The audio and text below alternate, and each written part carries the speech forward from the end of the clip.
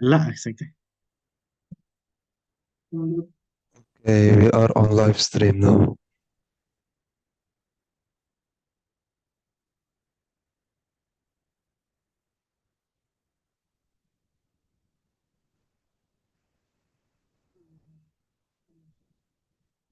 آه.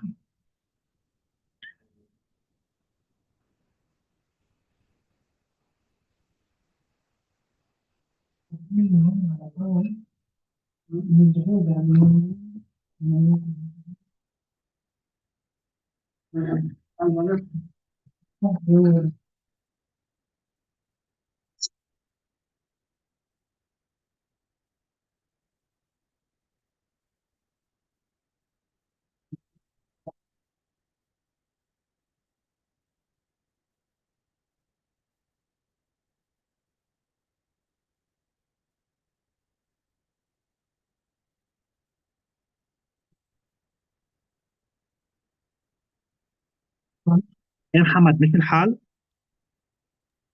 Yes, we are live streaming. سوبر.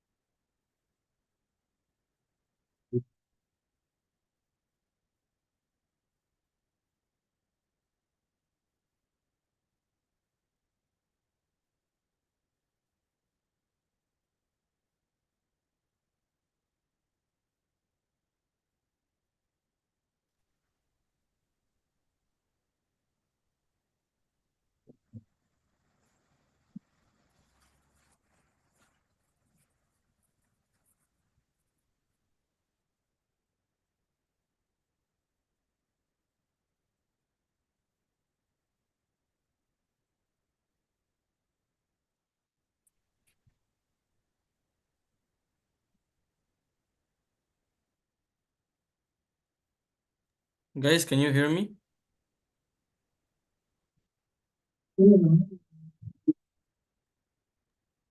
You can hear me? Yes, yes. Mute, please. Okay. I just wanted to take the initiative to check the audio and then also.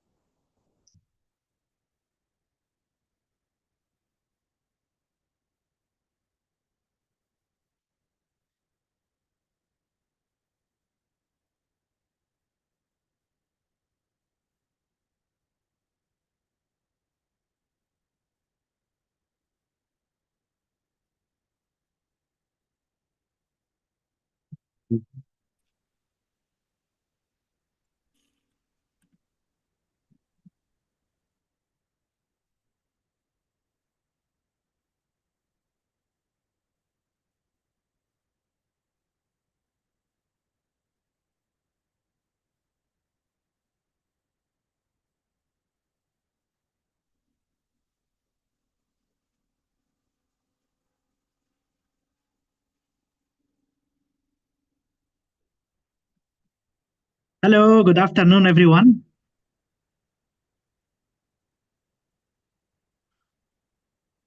So probably we can wait for 1 minute more and then we can start to welcome the World Quantum Day together.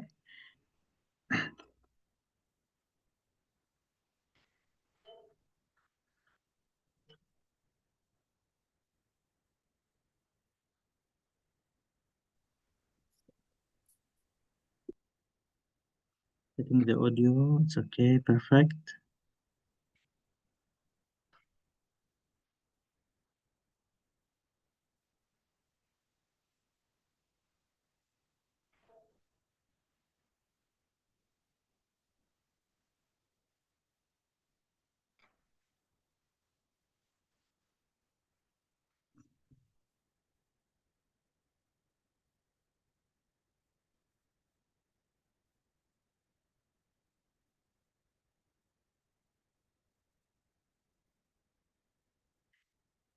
Okay, so let's start.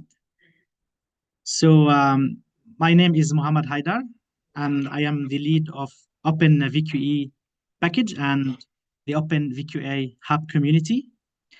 And today I'm happy to present you and to welcome the World Quantum Day. So good afternoon and welcome to the World Quantum Day. It's a momentous occasion to celebrate not only the depth and the wonder of quantum science, but also its ever-growing impact on our modern world. Quantum computing today is not just a scientific endeavor, it's a revolution in progress with the potential to solve complex problems far beyond the reach of classical computers. Quantum technologies are unlocking new paths in fields such as cryptography, drug discovery, finance, material science, artificial intelligence, optimizations, and beyond. It's a profound shift in how we compute, on how we simulate, and understand the nature at its most fundamental level. As we are all of us here, we are honor the progress of this field. We are especially proud to recognize the Open VQA Hub community in the presence of the world expert speakers who are going to bring us a great collective of innovations about quantum computing, the state of the art of quantum computing, and the research, and the future, and the impact for quantum computing applications for the future. Quantum computing in Open VQA Hub is also collecting innovators, members who are researchers, who are master students, PhD students, and they are passionate minds dedicated to advancing the open source quantum algorithms and applications. Through their efforts, the Open VQE package has been grown into a valuable tool for noisy intermediate scale NISQ devices era, quantum computing, and real-world use cases like quantum batteries and drug discovery and whatever, pushing forward both science and accessibility. So today is a celebration of their commitment and all of those working to make the quantum future a reality. So now I'm going to share the outline of our journey of today for 2 hours and a half and to show what are the next steps we are going to show in the event. And then we go to the slides I am going to present about OpenVQE, about OpenVQA, and the importance of using these two packages.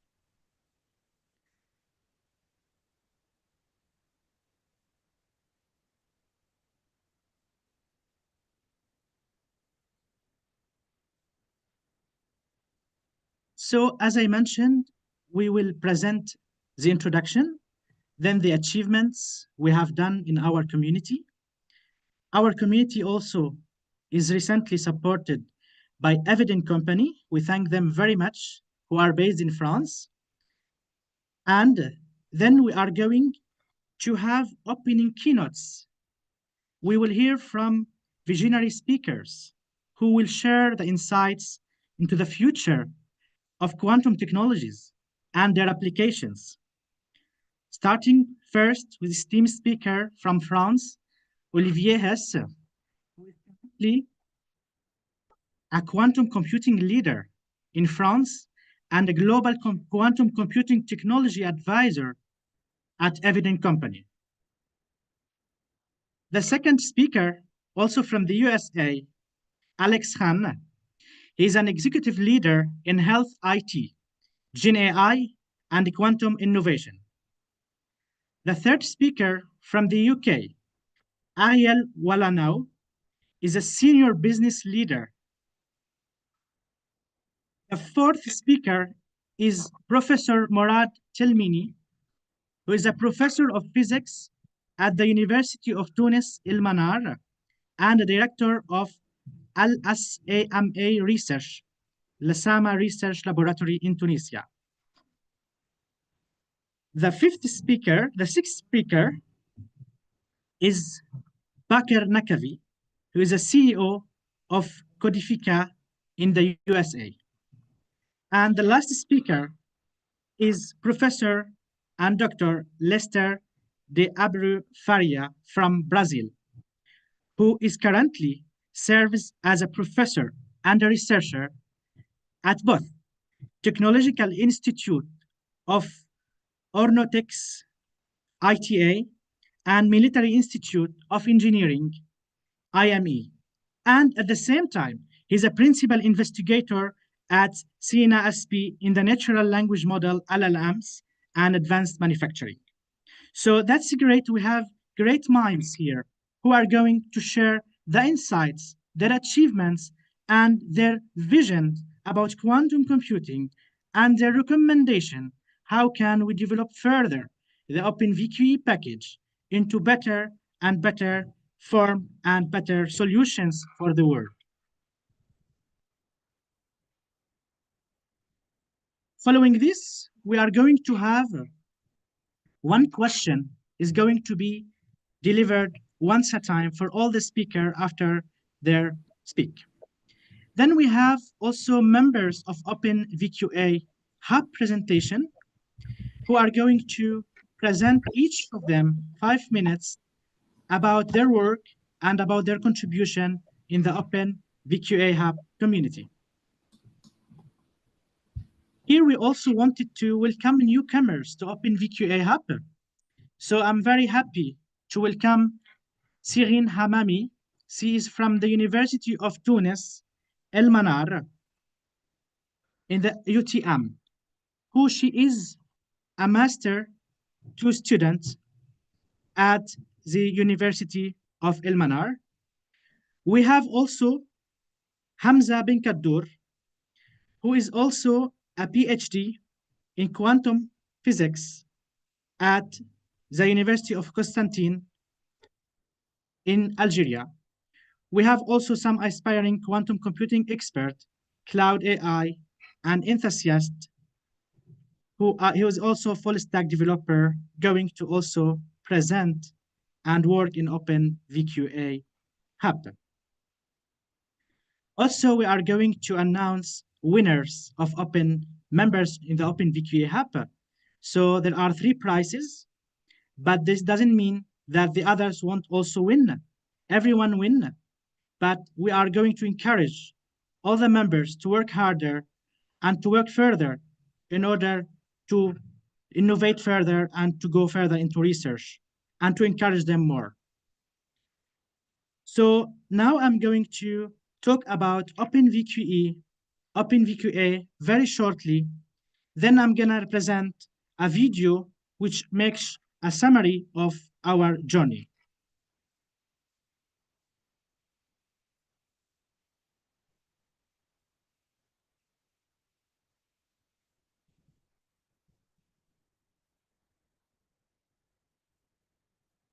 Okay, now.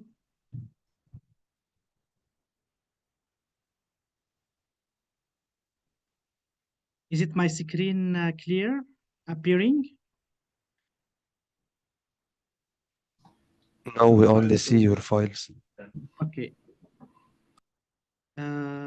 Okay. How about now? Yep. Perfect. So I apologize because but it's not very, very urgent. Most important is the importance of the speaker, but now this is the most important. So the first project of our community is OpenVQE package. Last year, we have celebrated OpenVQE with the World Quantum Day with the Quantum Computing India community. And we want to thank them a lot for letting us visualize our work. And this time we are going to present it through OpenVQA Hub community. So very briefly, OpenVQE, it's a design package and it facilitates the development of a new variational quantum eigensolver algorithms on quantum computer. We have so far worked in OpenVQE community since 1 year and a half, even 2 years. And we have a lot of people who are enthusiasts who have been working from different countries, Europe, USA, and Asia, and who has been developing new applications in material science, drug discoveries, climate change, and machine learning. And these kind of members, they have also put their work in this website of openvqe.netfly application in order to showcase the tutorials of their work. But our work has been published with TotalEnergies, Sorbonne University, and Atos as a first version in OpenVQE. Then we did another work because we did a research in terms of quantum chemistry methods using the tools of OpenVQE, and we publish. So this gives us more motivation in order to further increase the OpenVQE package with further tools and with further algorithms. And that's why we started to build our community. And I am the guy who developed it further, but then my community also started to work on it further. So we have updated a second version in the package, and we make it more classy. In a way, we have tried to show more tests of the algorithms, more notebooks, more also factoring of the codes of the OpenVQE in the GitHub source, and also more visualized README and so on, and how to join the community. So then, the OpenVQE now, it contains a lot of new versions of variational quantum eigensolver. Thanks to Nathan Venberg, who is a full stack engineer consultant at Margo France, I would like to thank him a lot for his work in the refactoring part of the second version of OpenVQE during his free time with me under my guidance, and thanks to the collaboration also of Hobin Tran. So for those who are enthusiastic and want to learn variational quantum eigensolver in extensive way, I totally encourage you to visit the GitHub as linked here in order to be a developer. And this is a very good starting point for everyone who is eager to learn quantum computing through VQE. So we move now to the second project. VQE is not the only potential algorithm for the current NISQ devices.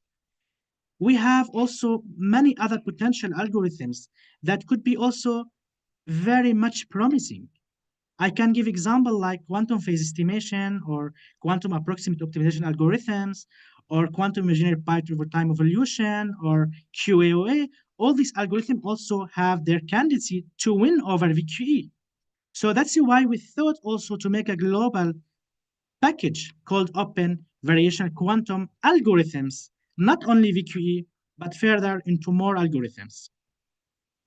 So we have designed a beta version very recently.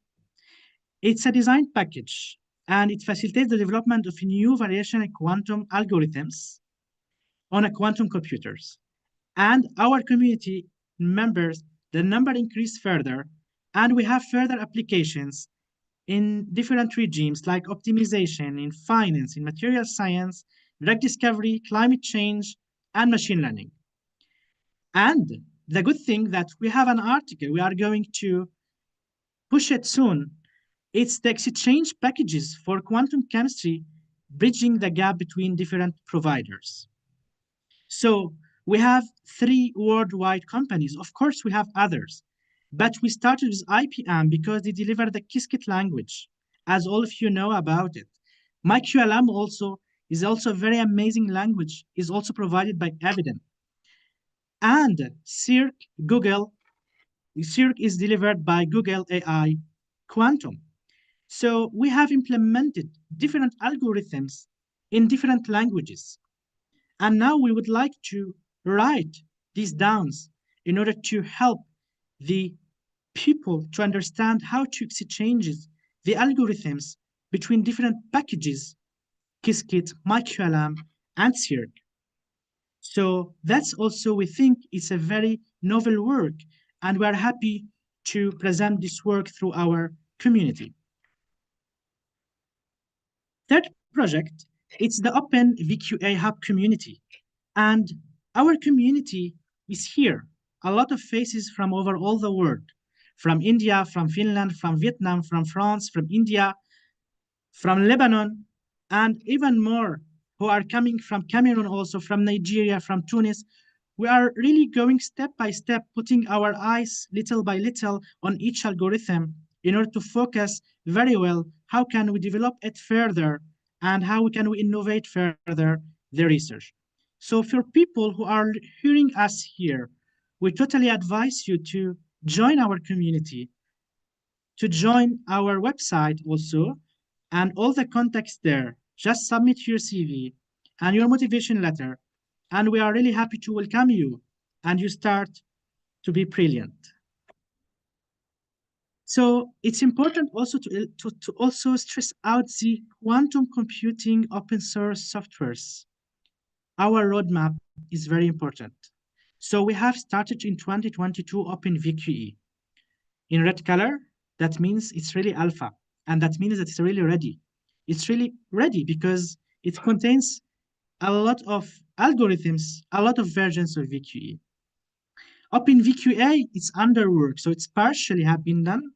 We have a beta version, but soon we will also push alpha version.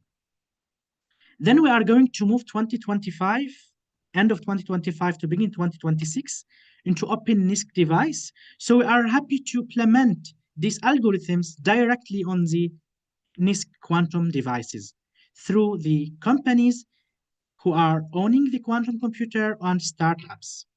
Then we are going to all open partial fault-tolerant quantum computer, then open hybrid, and then open fault-tolerant quantum computing, and then we are going to 2030 to reach the open quantum net solution, which is going to include all these packages as an open source with huge data from these open sources. So this is our vision, and we hope to win in open quantum net solution by 2030. So what is all about? In one video, we are going to show you guys our community and who we are, and then we will move now after this the video to the speakers in order to deliver their talks. Thanks a lot. So I'm gonna now share the okay. So now we will share it. Okay.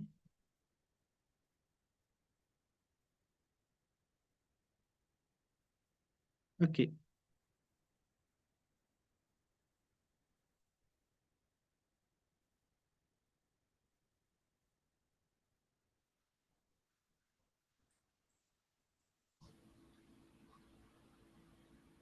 I cannot listen to the sound, Mohammed. Sorry? I cannot listen the sound. Oh, okay.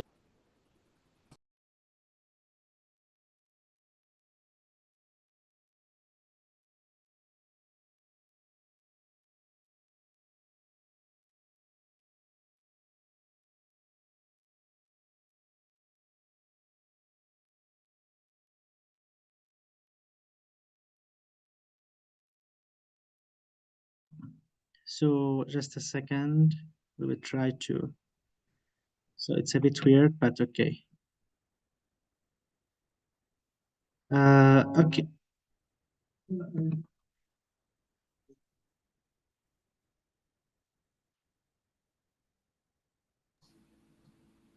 I think that when you share the screen, the window there, there is a checkbox that you have to check there. Share with the Yeah. sound.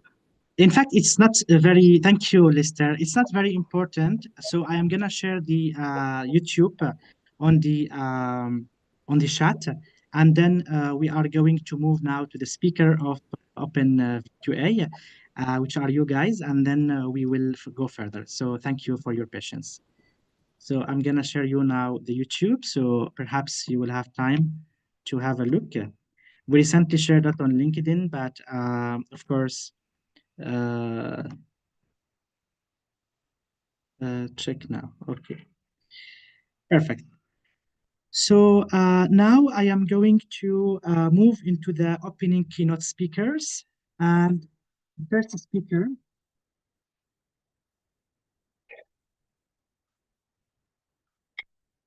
will be Olivier Hesse. So I will give a short background about Olivier Hesse, and then I will let Olivier speak about his presentation. So as I mentioned, Olivier Hesse is currently a quantum computing leader in France, and is a global quantum computing technology advisor at Eviden. And about his professional history. So Olivier Hesse joined Atos and now Eviden in 2021 as a head of quantum computing France. He oversees the development of quantum computing activities, the promotion of Eviden solutions, Captiva and consulting services, and the coordination of strategic partnerships in France. He is a member of various initiatives for quantum technologies in France and in Europe.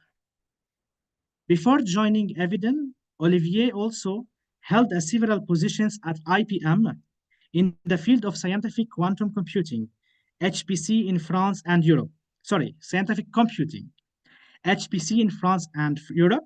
He joined the IBM Quantum Experience team in 2016 as an IBM Quantum Ambassador. And he did his PhD in quantum chemistry in Paris Van University in France in 1989. So please, Olivier, you can start to talk and share your presentation to us, and we are happy to hear from you.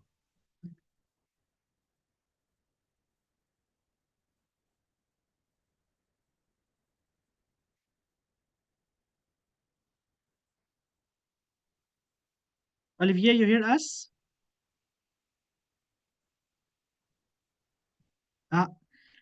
Perhaps he is not. It's a bit weird.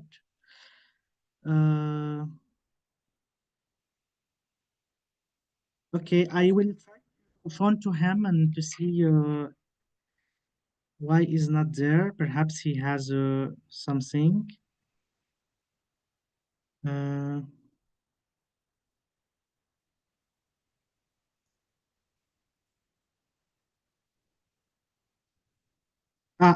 He has a trouble, so he really apologize for everyone, and he won't be able to join us because he has a block in his account. So no problem. We just say hello to you, Olivier, and no problem. We can move to the next esteemed speaker, Alex Khan. So hello, Alex. I hope you are with us. And let me introduce you, Alex. So Alex Khan is an executive leader in health IT, Gen AI, and quantum innovation. Alex is a future-ready technology executive with over 20 years of experience leading innovation across healthcare, insurance, and regulated commercial environments. His expertise spans process automation, ERP system transformation, modernization, AI and machine learning, and Gen AI strategy, cloud native architecture, optimization, and quantum use case development with a consistent focus on aligning emerging technologies with mission-driven outcomes.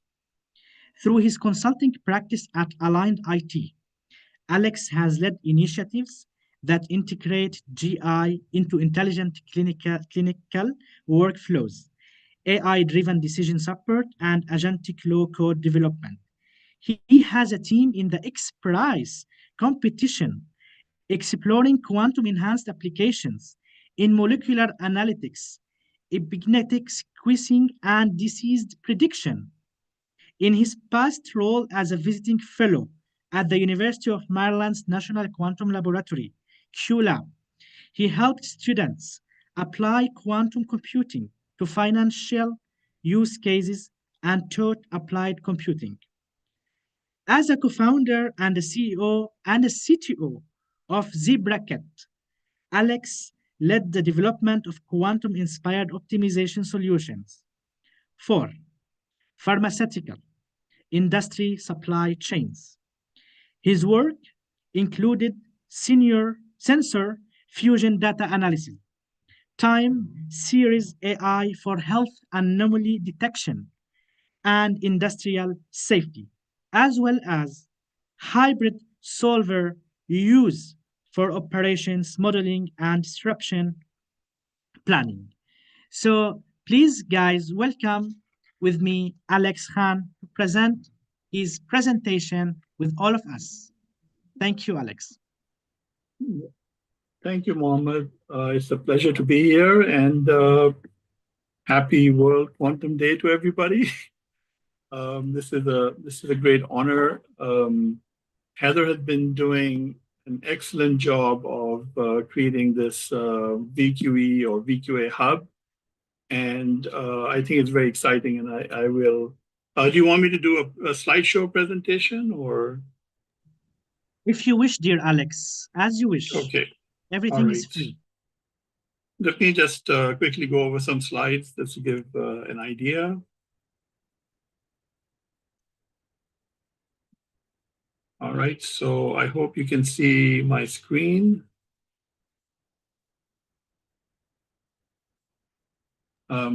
Yes, we see your screen, dear Alex. Go ahead. Okay, all right.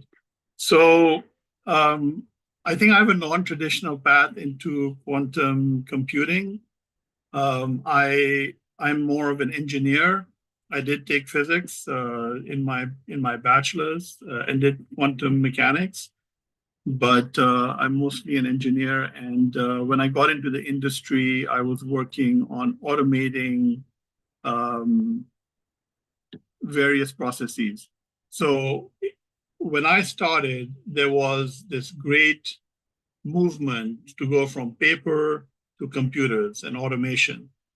And I built a claims processing system and document automation system and all of that. So there was great opportunity for anyone to make an impact, get in and help the industry in any way. And I feel that the same thing is happening right now with quantum. And that's really the story I want to give. So my career has been in healthcare. I've been an executive at Lincoln Financial and Blue Cross Blue Shield organizations. So I see a lot of opportunity for improving optimization, optimizing processes, and so on. So in 2019, I saw D-Wave's annealing program, which was called LEAP, and I decided to get into quantum computing. And the only way to really get into quantum computing is to do projects and learn by doing. So this kind of shows different projects that I got involved with. I also taught quantum computing. For example, I worked with the university here in India on COVID optimization. I worked with the QPerfect, which is a quantum emulator, with Strathclyde University on a BB84 protocol, asymmetric entanglement into a BB84 protocol. Also worked with QEra on their neutral atom training material. At University of Maryland Quantum Startup Foundry, I evaluated a number of different quantum chemistry applications that are known and out in the industry, like Inquanto and Microsoft Quantum Elements. There's various packages that are being used there, and I will hopefully get some time to talk about UMD later on as well. So, and QForce, QSecure is post-quantum cryptography. So, did some work over there. most important thing to mention is, you learn by doing, and I think this VQA hub is a great place for everyone to use their skills, their interest in contributing in some way, but then also learning and being able to kind of hone their skills on what quantum computers can do and what they would like to do in quantum computing. So this is a grid that I like to show people. On the x-axis is the number of qubits or variables that you can say. And on the y-axis is different kinds of quantum computing modalities or solution modalities. So at the bottom over here is gate-based quantum computers. You can see that we are at a very low level over here on the number of qubits. If we think about it as a binary value equating to a qubit. So one binary bit to one qubit. And generally, a lot of the problems are a one-to-one mapping between number of variables to the number of qubits. So this gives you an idea of number of variables being used over here, number of qubits, and the kind of applications that can be run over there. So, we can run BB84, we can do Grover's algorithm. We can do a very small version of Shor's algorithm, maybe, factoring very small numbers. Even a genomic application is possible at very low sequences or very low number of sequences or bases in a fragment. And QA/OA and so on can be done. But as we start looking at more real-world problems, we have to start moving up, and because we need more variables. So we're using various emulators. I think I saw that the VQA hub has been using 41 qubit simulator. That's great. But as we get into larger chemistry, larger molecule problems, we can use various neutral atom systems like QERA. Right now, they've got a 256 qubit system, but there's now a few hundred, or almost to 1,000 qubit systems that are becoming available. On the neutral atom or Rydberg atom system side. On the annealing side, you can go up to 5,000 qubits on the annealer, and annealers are used for optimization. You don't need to use QA/OA or VQE.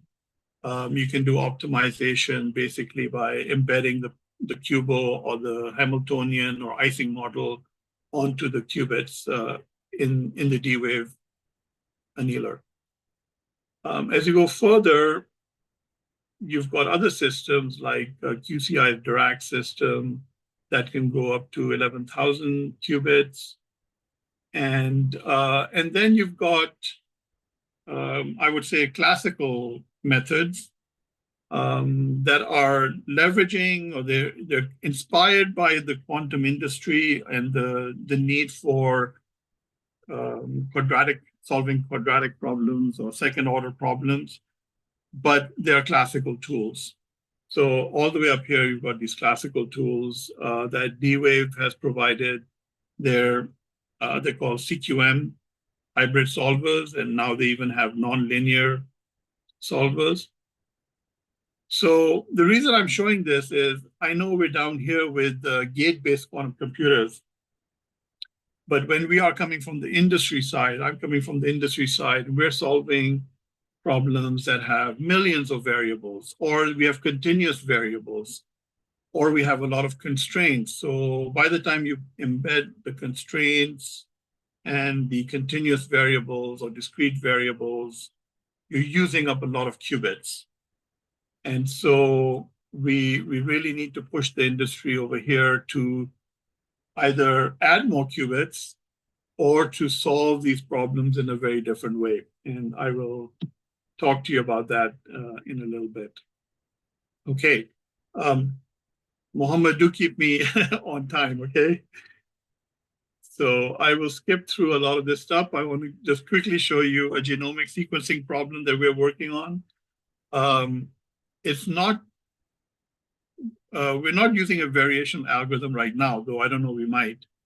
But here's an example of DNA sequencing where we get these fragments of DNA with 10,000 to 100,000 bases. So these are pretty long fragments. And we want to be able to use those fragments to assemble the genome sequence. And this is what we're working on in the XPRIZE competition. So we can't do a mapping of one base to one qubit, because then we'll need 10,000 qubits or 100,000 qubits.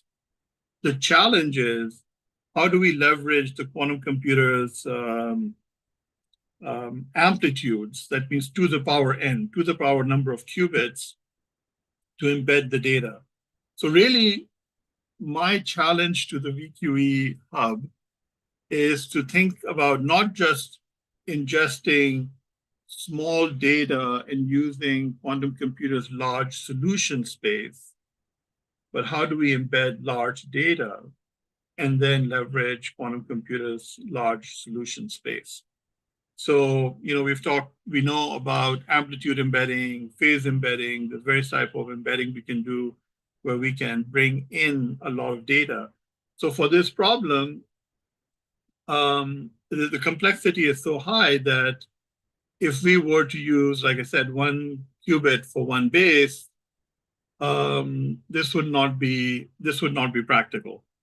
So what we need to think about is, how do we embed, say, 10,000 bases or sequence of bases in 13 qubits. 13 qubits to the power n is something like 8,192, I think.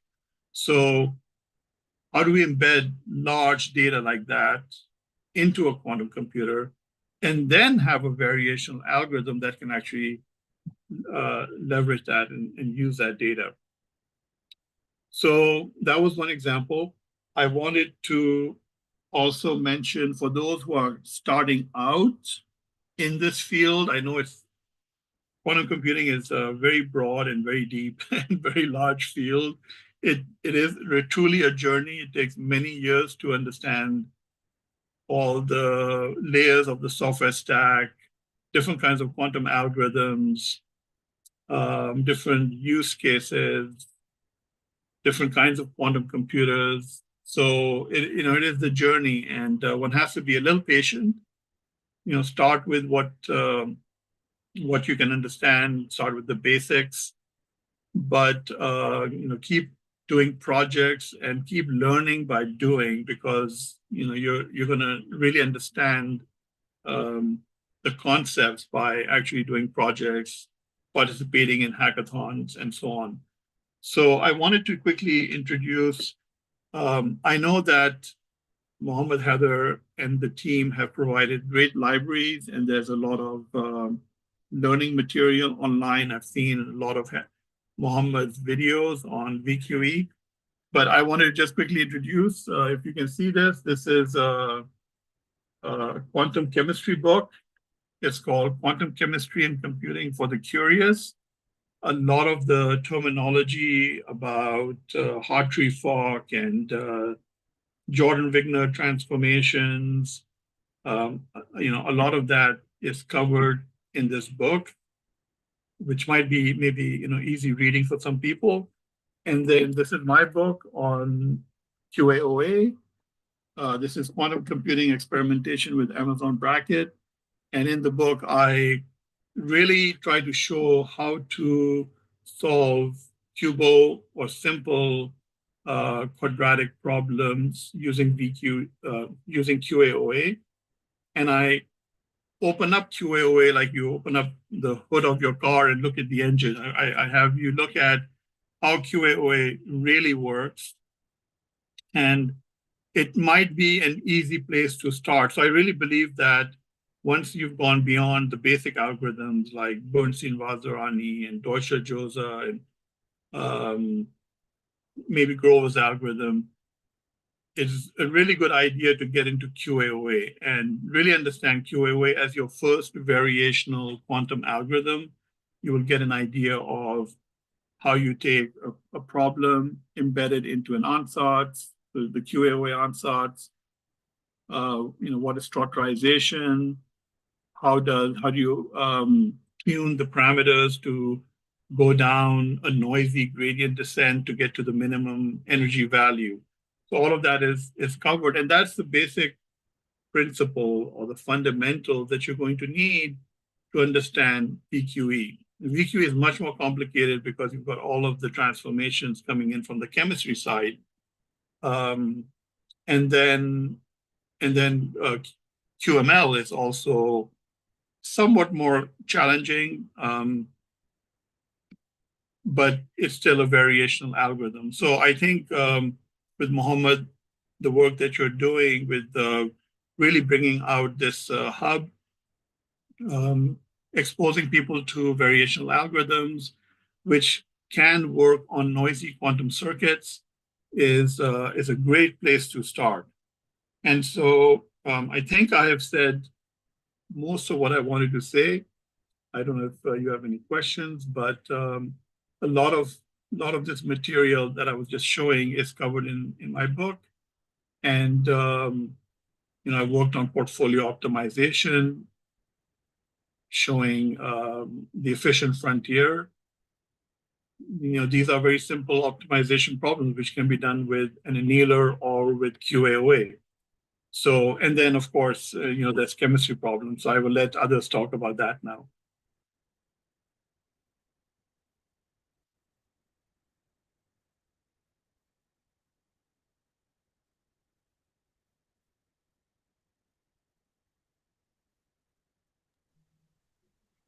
Mohammed, did you want to take one? Yes, dear Alex. I wanted to thank you very much for your presentation. It's really very well done. And also, I wanted to also congratulate you in both sides in the insightful and the beautifully delivered presentation. Also, best of luck for the X Prize. So I hope you will win it, and I'm confident that your work will be standing out, whatever. And I wish for you the best, and I hope we can collaborate together in the future. And whatever, you are already an external advisor for OpenVQA Hub community, and we are really happy to work together if there's a collaboration. Our members are ready also to interact with you. You will see them next slides, the next videos when they speak. You could maybe be interested to talk with some of them in order to make a collaboration project. Thank you again, Alex. And some people are chatting you and they would like to have the books. They'd like to have a lot of things from you. So thanks again.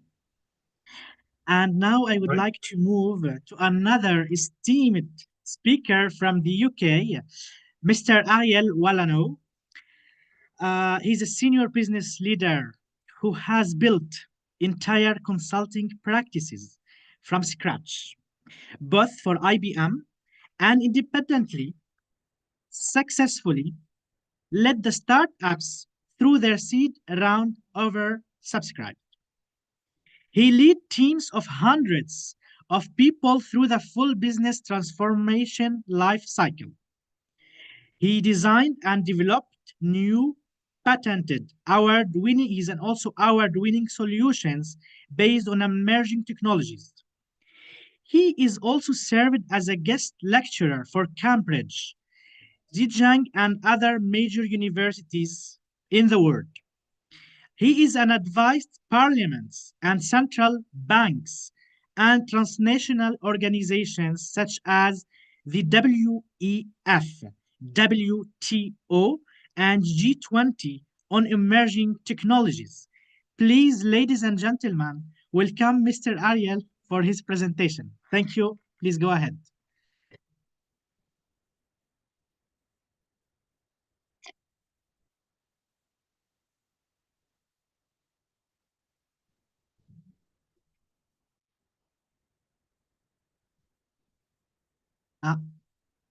We are not hearing you, Ariel. Hello, can you hear me now? Yes, we are hearing you. Thanks. Excellent. Okay. Then for the next step, I will try to share my screen.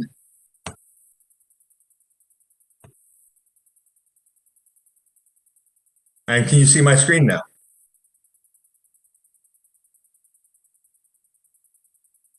Is my screen visible? Not yet. Not yet, yes. Not yet. It says, oh, my screen share is loading, it says. Let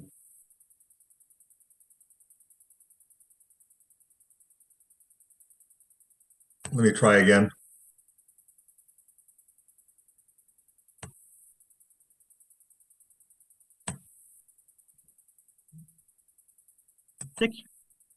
Take your time, dear.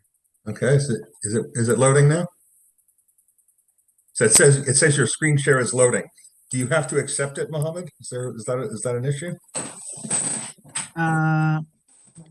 Just a second. Right. I'm on a very fast connection, so it shouldn't be an issue here. Just a second. I'm calling Okay, I'll go ahead and introduce myself while you're sorting out the technical issues. So hi all, my name's Ariel Wallano. I run a consultancy called FinServ Experts. I was with IBM for many years. I launched their financial services practice for East Africa, led the team both as program director and solution architect that built the AI-powered credit engine for M-Pesa in Kenya. Then moved to Singapore to launch IBM's blockchain services practice. Led the delivery of IBM's very first blockchain project, which was a letter of credit origination prototype for HSBC and Bank of America that was underwritten by the Singapore Monetary Authority. Then in 2016, having launched 2 consulting practices for IBM, I thought I would give it a try myself and launched a firm called FinServ Experts, which I've led to this day. We work in the emerging technology space. We help companies that want to adopt it design business models based on emerging technology. While we do the technology work, we focus on the business models because of patterns we've seen every time a new technology comes along, the internet, mobile, robotics, IoT, AI, etc. We've seen companies spend tens of millions of dollars implementing these to re-engineer their existing business model, and then they are surprised that these projects deliver no value. What really delivers the value is not the tech itself, but the new ways of working that the tech enables. So that's what we focus on. So we've been working in other emerging techs like AI and blockchain. Google hired me in 2023 to lead the development of the risk management framework for their own AI go-to-market team. I was hired by Deutsche Telekom to be the lead designer for their German blockchain ecosystem, etc. Started working with Quantum in 2019.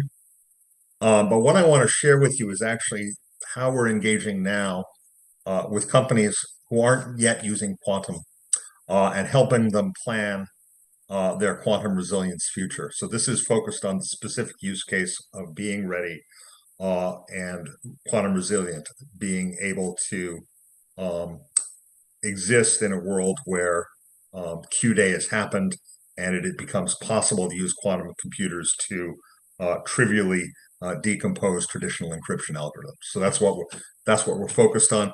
We have a methodology that we're delivering now that we're using with clients today to help them plan for quantum resilience, and that's what I'm hoping to share. As Mohammed mentioned, I'm an advisor to the UK Parliament on blockchain and AI. I've worked with several central banks as well as some transnational organizations like the WF and WTO and G20. So the objectives for this short session is one, to convey an intuitive understanding of the Q-Day threat. So this is not a mathematical understanding. This is how do you explain Q-Day to people who aren't mathematicians, who haven't undertaken the incredibly steep learning curve to quantum. How do you explain it? And then to share the methodology that we're actually using now with our clients to help them get ready for the quantum era. So hopefully that makes sense and is useful and interesting. And we're going to start with this guy. I don't know if many of you who know who he is, but this is Peter Shor. He is a professor of math and computer science at MIT. the inventor of Shor's algorithm, which was invented in 1994. And the interesting thing, Sorry, is dear Ariel, sorry to interrupt you, but we are not seeing the slides. So sorry, can you please try to stop and then share it back? Thanks a lot. okay. Yeah, so when I share, I'm getting a message that says sharing is loading, which I've used Zoom 3 times today, so I don't think the problem is on my end. Mhm. It says your screen share is loading, so I don't know what that means. Do you have to accept the share or something? I don't think so because I spoke with the moderator. Perhaps can you please share us the PDF on the chat and then he will try to share it directly here or what? If you don't mind. So hang on, let me try another method. Let me try doing a whole screen share.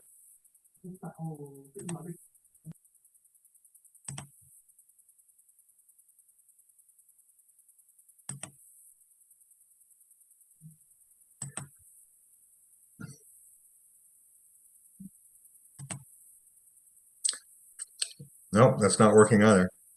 I don't know why it's not letting me share the screen. Okay. It's written Ariel now has started sharing screen, but it's not appearing to us yet. That's the only thing.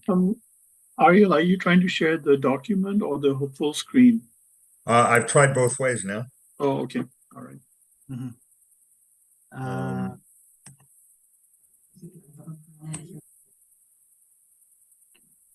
Right. Well, I will have to talk through without visual aids, which is more challenging, but let's not waste any more But time. perhaps you can send me the PDF and then we can share it here. The PowerPoint is about 90 meg. That's probably not going to work.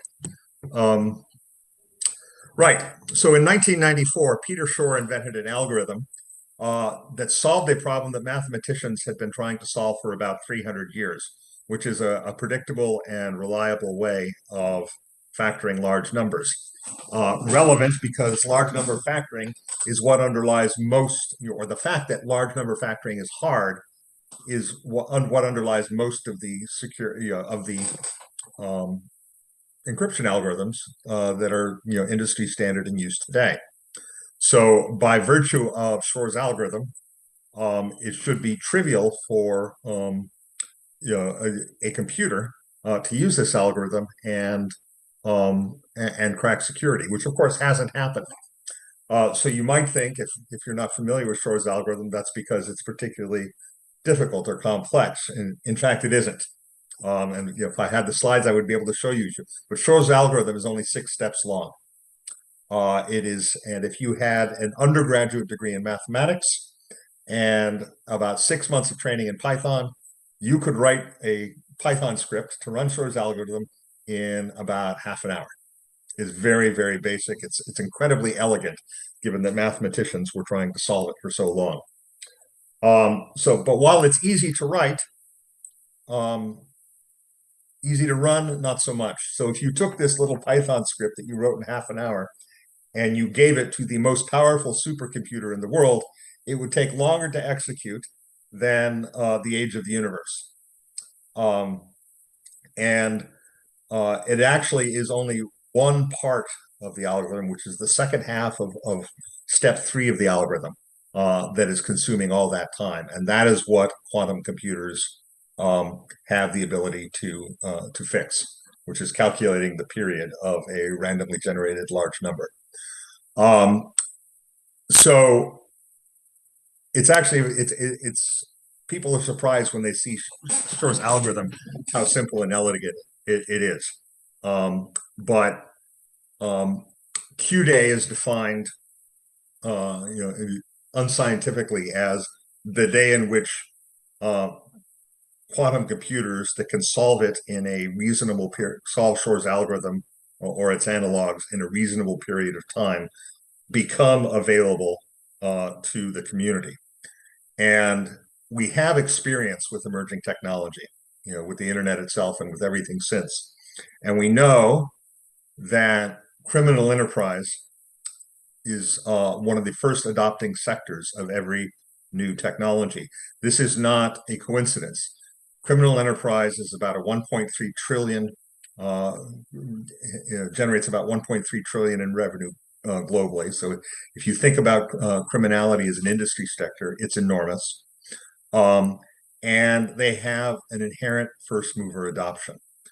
They have no government, they have no governance, they have no regulation. They don't have to care about customer satisfaction. They don't have the kind of adoption curves or sales cycles that commercial ventures have. They don't have peer review that academia has. So there's a lot of built-in advantages that criminal enterprise has that allows them to be first on the space. Scammers were amongst the earliest users of the internet. They were amongst the earliest users of the mobile phone. They were amongst the earliest users of blockchain. They were amongst the earliest users of AI. There is no reason to presume that quantum computing will be any different. So when is Q-Day? When is this going to happen? Well, there's a lot of different points of view on that. IBM says it's as soon as 3 years. Jensen Huang says it could be 15 years.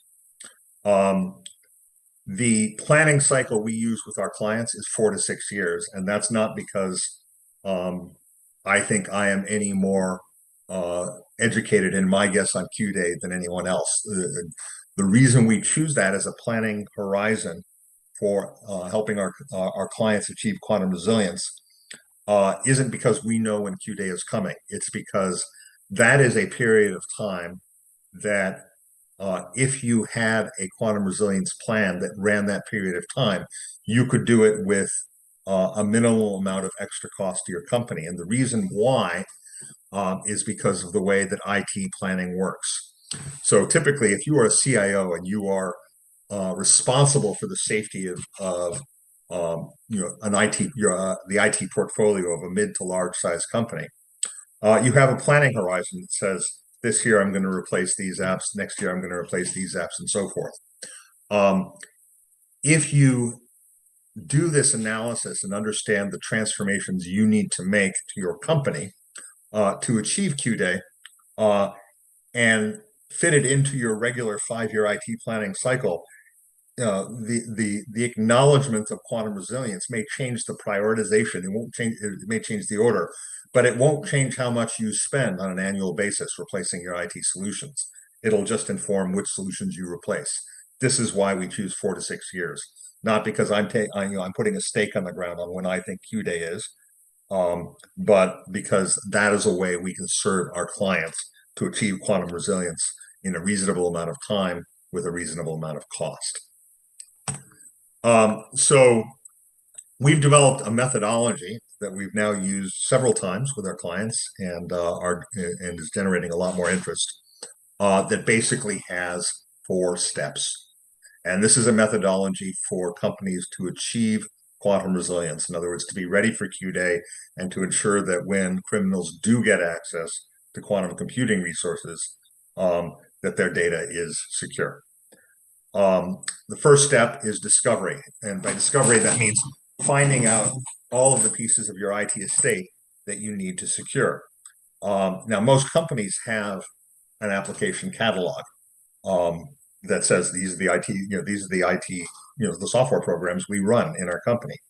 That software catalog is a very good starting point, but it's not sufficient for 2 reasons.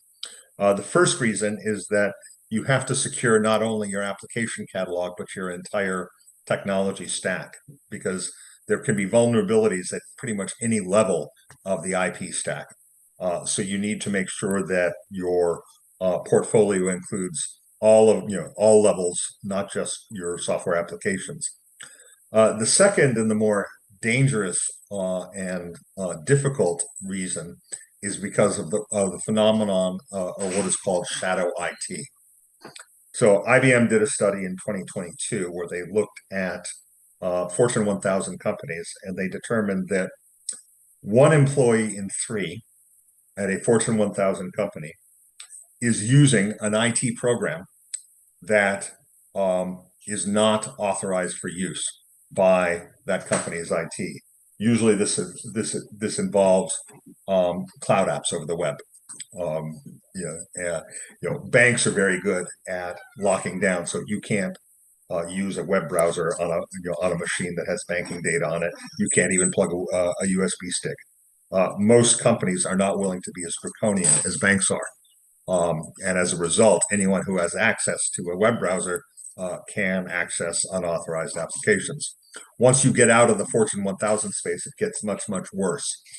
Google hired Netscope a couple years ago to do a similar sort of research for users of Google Workspace, and they found out that 97% of Google Workspace users used cloud apps that were not on their company's IT catalog and shared confidential employee data with those apps. So virtually everyone is using shadow IT that, and you have to be able to address the shadow IT problem to achieve quantum resilience, because any point in is a point of weakness. So that's the discovery step.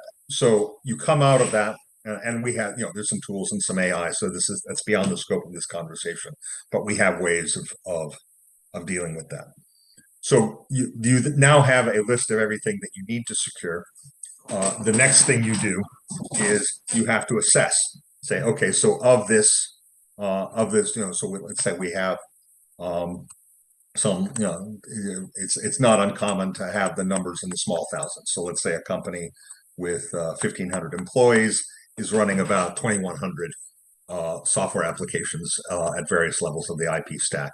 You then need to go through that list and assess them. So we've developed a 5-tier maturity model for doing that. It's modeled off of the CMMI framework, which is the same maturity model framework that all of the national standards international standards organizations use. So ISO uses it, NIST uses it, ISACA uses it, COBIT uses it. So it is the meta maturity model that all of the other standards organizations use. So we went ahead and used it as well. So tier 4, which is at the top, is software that is already quantum resilient. So the companies have already made the investment and implemented quantum resilient encryption. And a great example is the software we're using right now, which is Zoom, which made the move to quantum resilient encryption last year. Tier 3 is where companies have not yet done that, but have publicly committed to have a roadmap for doing it. And they said, we are going to do this within a certain amount of period of time. A great example of that being Microsoft Office. So quantum resilience is a publicly committed part of the roadmap. They are supposed to get it done in the next 2 years. So as long as you track them and you go ahead and you do the update when the update is ready, your tenant of Microsoft Office will be secure. Tier 2 is our applications that are not quantum resilient and do not have it in the roadmap, but are built with a modern architecture such that the encryption they do use is pluggable. So if the company doesn't get around to implementing quantum resilient encryption, you can do it yourself, because the architecture of the application lets you do that. A good example of this is SQL Server. So SQL Server is not quantum resilient. There's no plans to make it quantum resilient, but the encryption is pluggable. So you can do the work of swapping out the encryption of your SQL Server instance. Now, this is inferior to tiers 3 and 4 because you have to do the work, and B, because you then end up with the cost of ownership of the solution. You have to support it. There's nobody going to fix bugs or keep things up to date for you. But at least there's a path. The bottom 2 tiers are more problematic. So tier 1 is where there is no path. There's no path to quantum resilience. The software isn't quantum resilient. There's no plans to make it quantum resilient, and the architecture doesn't allow you to do it yourself. Okay. Tier 0 is where the application, forget being quantum resilient, it's reached its end of life. It's not even in support in its current version. So if you think about, and this is not a scientific study, this is anecdotal at this point because we've only done this for a few clients, but so far it's looking like for most companies, 20 to 30% of their overall software portfolio is in tiers 0 and 1. So it's, it's a sizable number of applications that are in these threatening statuses. A lot of those tier 0 and 1 applications are homegrown applications. So these are applications, they're typically mission critical, part of a company's core value chain, order to cash cycle. They've been built by domain experts, but the programmers are long gone. It is insufficiently documented, and the company is dependent on it. So, these are not, it is a significant, this 20 to 30% of software applications in tier 0 and 1 is a significant issue. It's not something that can be ignored. So yes, you can count on all the major software publishers getting there in time, but that doesn't make the tier 0 and tier 1 are still significant. So having assessed, then what do you do? Well, it depends on the tier. So tier 4, you do nothing because it's already quantum resilient. You're happy. In tier 3, where it's in the roadmap, you just have to monitor and make sure that the company keeps its commitment to achieve it in the time frame, and then you have to do the upgrade. Tier 2, you have a software project. You have to plug in the new encryption yourself. You have to select one. You have to test it. You have to make sure that you understand it. You have to build the capability of your team so that they know how to work with it. So these are non-trivial tasks, and then you actually have to do the migration. And in tier 0 and 1, you have to replace the software. You have to find another software, or in the case of homegrown, build other software that does, that fulfills that mission and transfer. And this is again coming back. This is why we have the 4 to 6 year planning cycle for achieving quantum resilience, because replacing, mission critical applications is a time consuming job, even if the applications are simple. So that is the third step. And the fourth step is, now that you have a plan, is to execute that plan. And like any plan, like any execution plan, there are critical success factors. So a quantum resilience plan has 4 critical success factors that we've identified. First of all, as I said, it has to be comprehensive. It has to address all levels of the IP stack and the entire portfolio, including your shadow IT, which is a non-trivial task. The second is that it has to be future focused. Okay, what you're trying to achieve is quantum resilience in 4 to 6 years, not today. That means that if you have a procurement cycle and you're buying new software, this needs to be part of the evaluation. It also means that you don't need to invest money in building software that you're going to retire in 4 to 6 years. So your target is an IT estate that is quantum resilient in the future, not your current portfolio. The third factor is that it has to be aligned with standards as they develop. When an enterprise architect certifies that an application is safe for production use, what he doesn't do, or she doesn't do, is get up and say, yeah, I looked at this and I think it's good. And the reason, and it's not that they don't have the technical capability. Many of these architects are incredibly brilliant and capable and have decades of experience. The reason that there's 2 reasons they don't make statements like that. One is that it gives them unlimited personal risk. They are personally guaranteeing the security of the application, and we all know that every application can be hacked. There's no such thing as hack-proof solutions. The second reason is that certification is not fungible. It is not meaningful outside anybody who knows the reputation of that architect. So instead, what architects do is they say, I've looked at this application and I have verified or validated that it meets this set of standards. Okay, that is something that makes, that a board of directors will understand. That is something investors will understand, and something customers, employees will understand. So it provides a medium of exchange for architectural opinions. So it's critically important that as you're doing this planning, that the quantum resilience threshold that you're enforcing is aligned with a set of standards that are only now being formed and that are evolving rapidly. So it's absolutely critical that you keep that alignment. dear Ariel, sorry, we are really having to tell you that we have also other speakers to speak again Okay. after you. So Okay. I am really enjoying a lot your speak, but Okay, well, I'm literally 40 seconds away.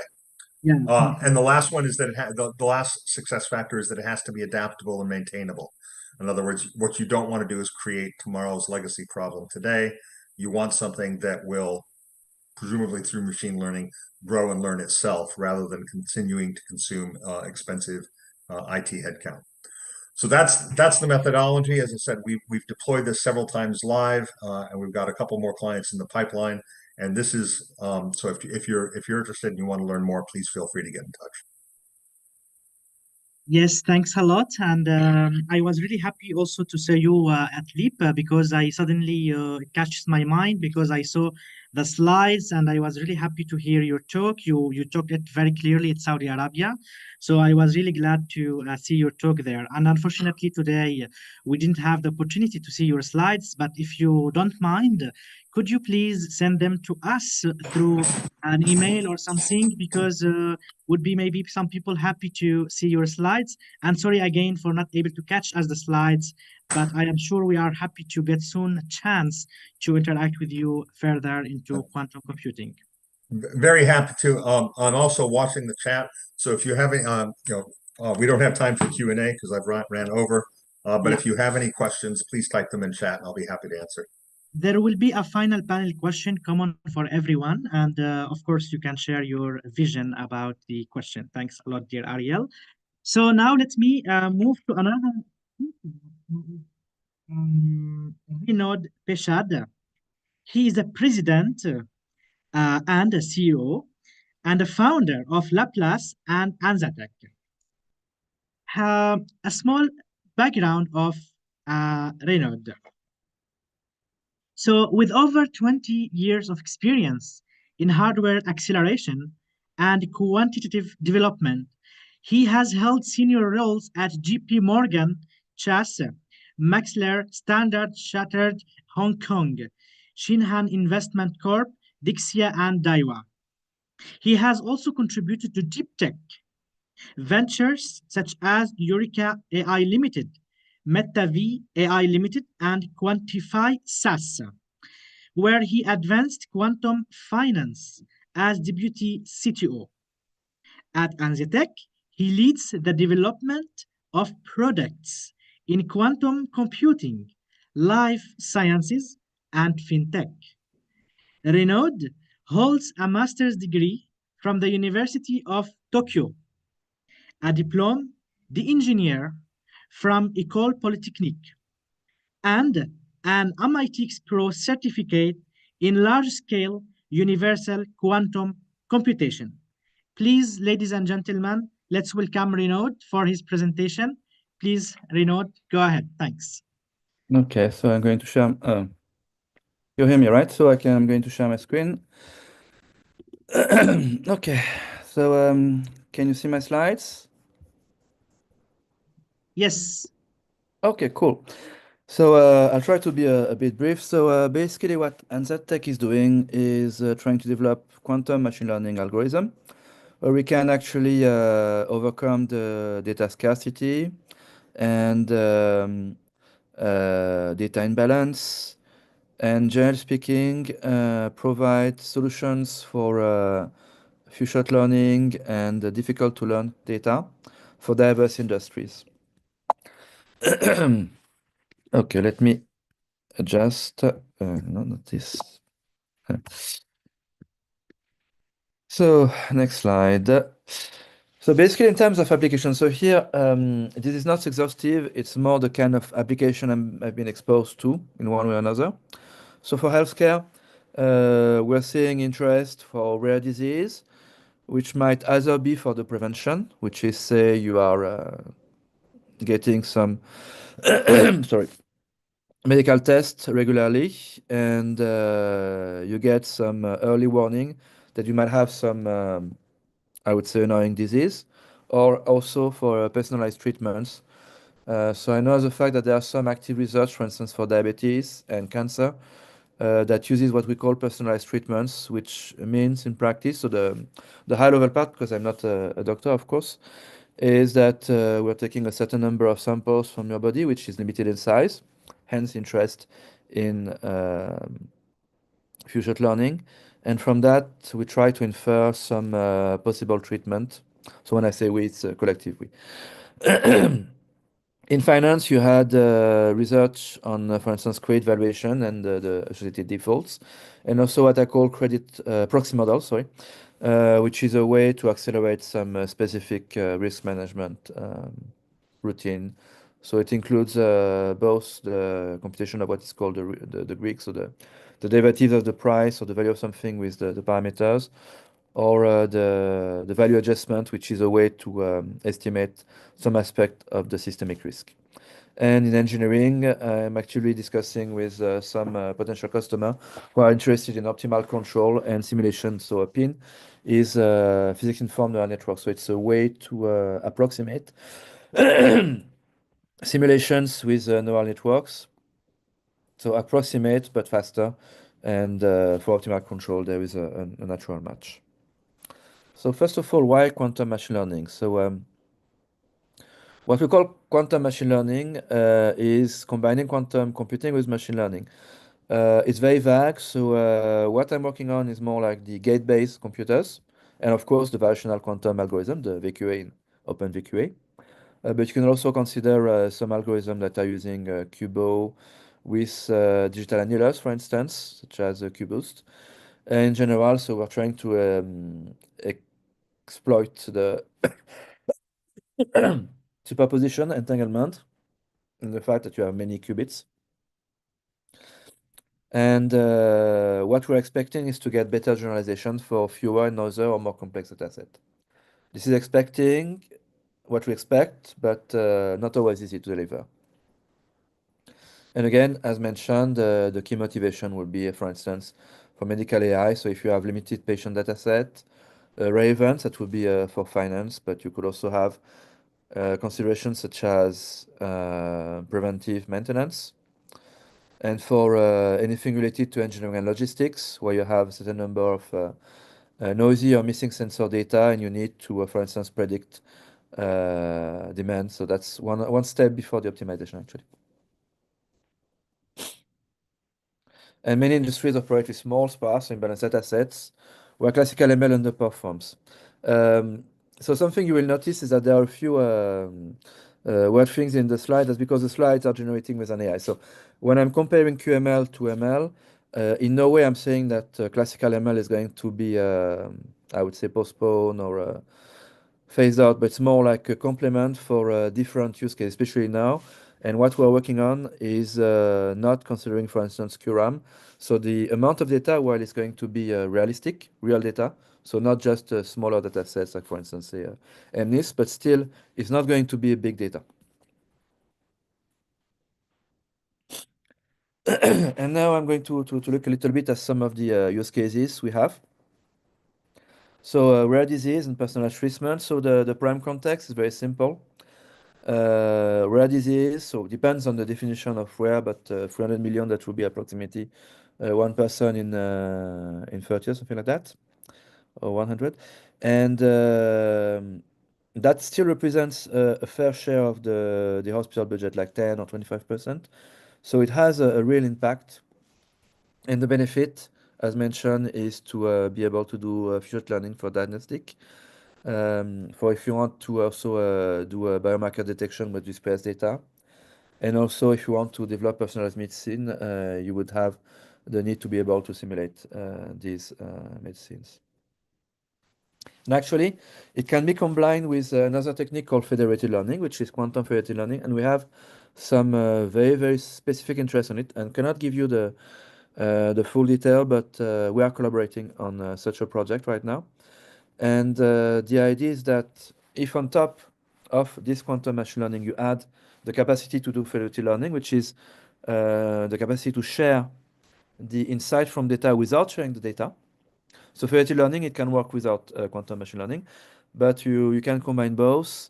And the whole point is that, especially for rare data, we have very few data available. Still, you will benefit from trying to aggregate data for more data sets. But since it's very much personal data, because it's hospital data, you need to protect it. And that's something that has a real potential, and that is among on the radar of a certain number of hospitals. At the very least, federated learning is. For finance and credit, you will have the violations of rare events. So for instance, credit violation, the detection of anomalies. So for instance, if you're interested in fraud detection, and one example could be the fraud detection for cards. The interest is that right now, I think you'll have in the cards that are refused on the internet, maybe a third or a half of them that are actually legit transactions. And you know that if you start to stop a customer from using your service, they're probably going to just drop away.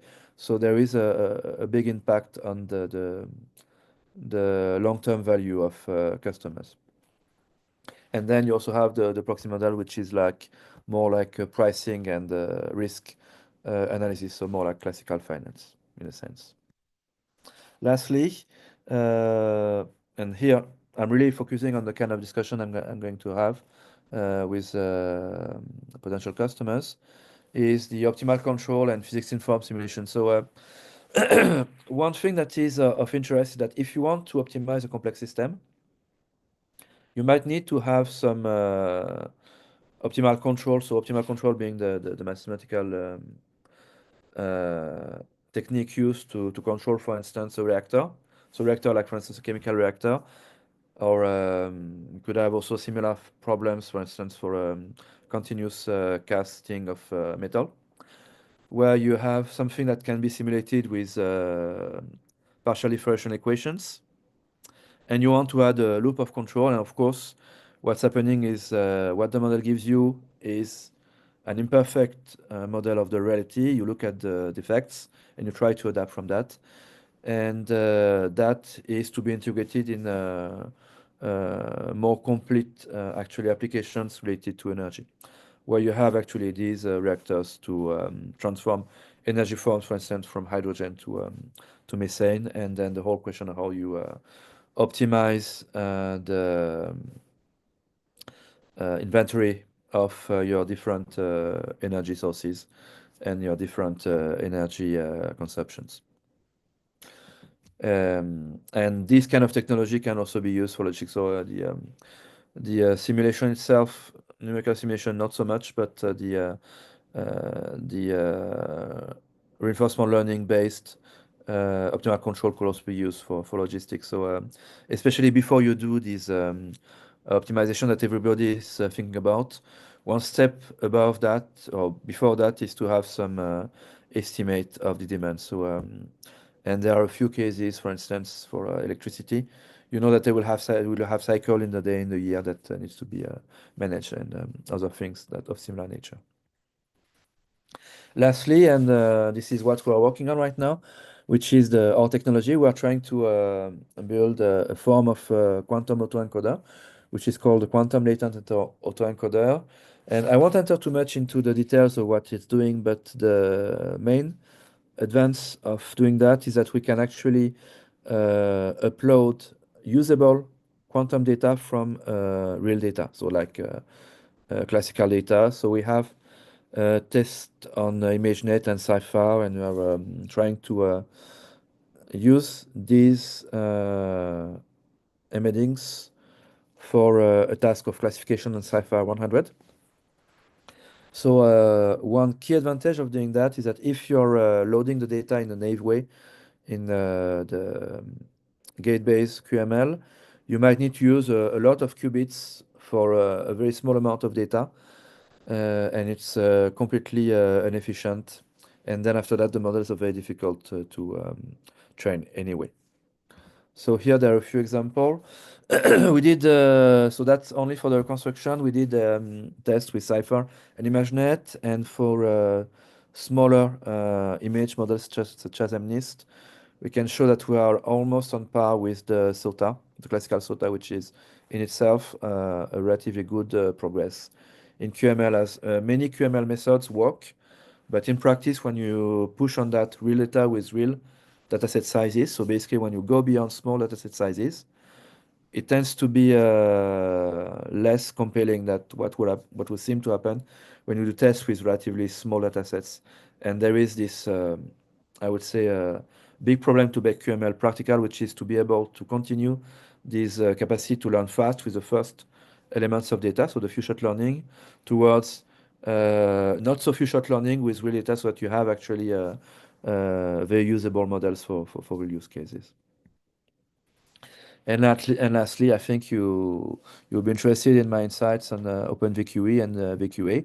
So basically, VQAs I think are well suited for a wide range of devices. So we'll have the NISC hardware that will be the focus of the organization for this year.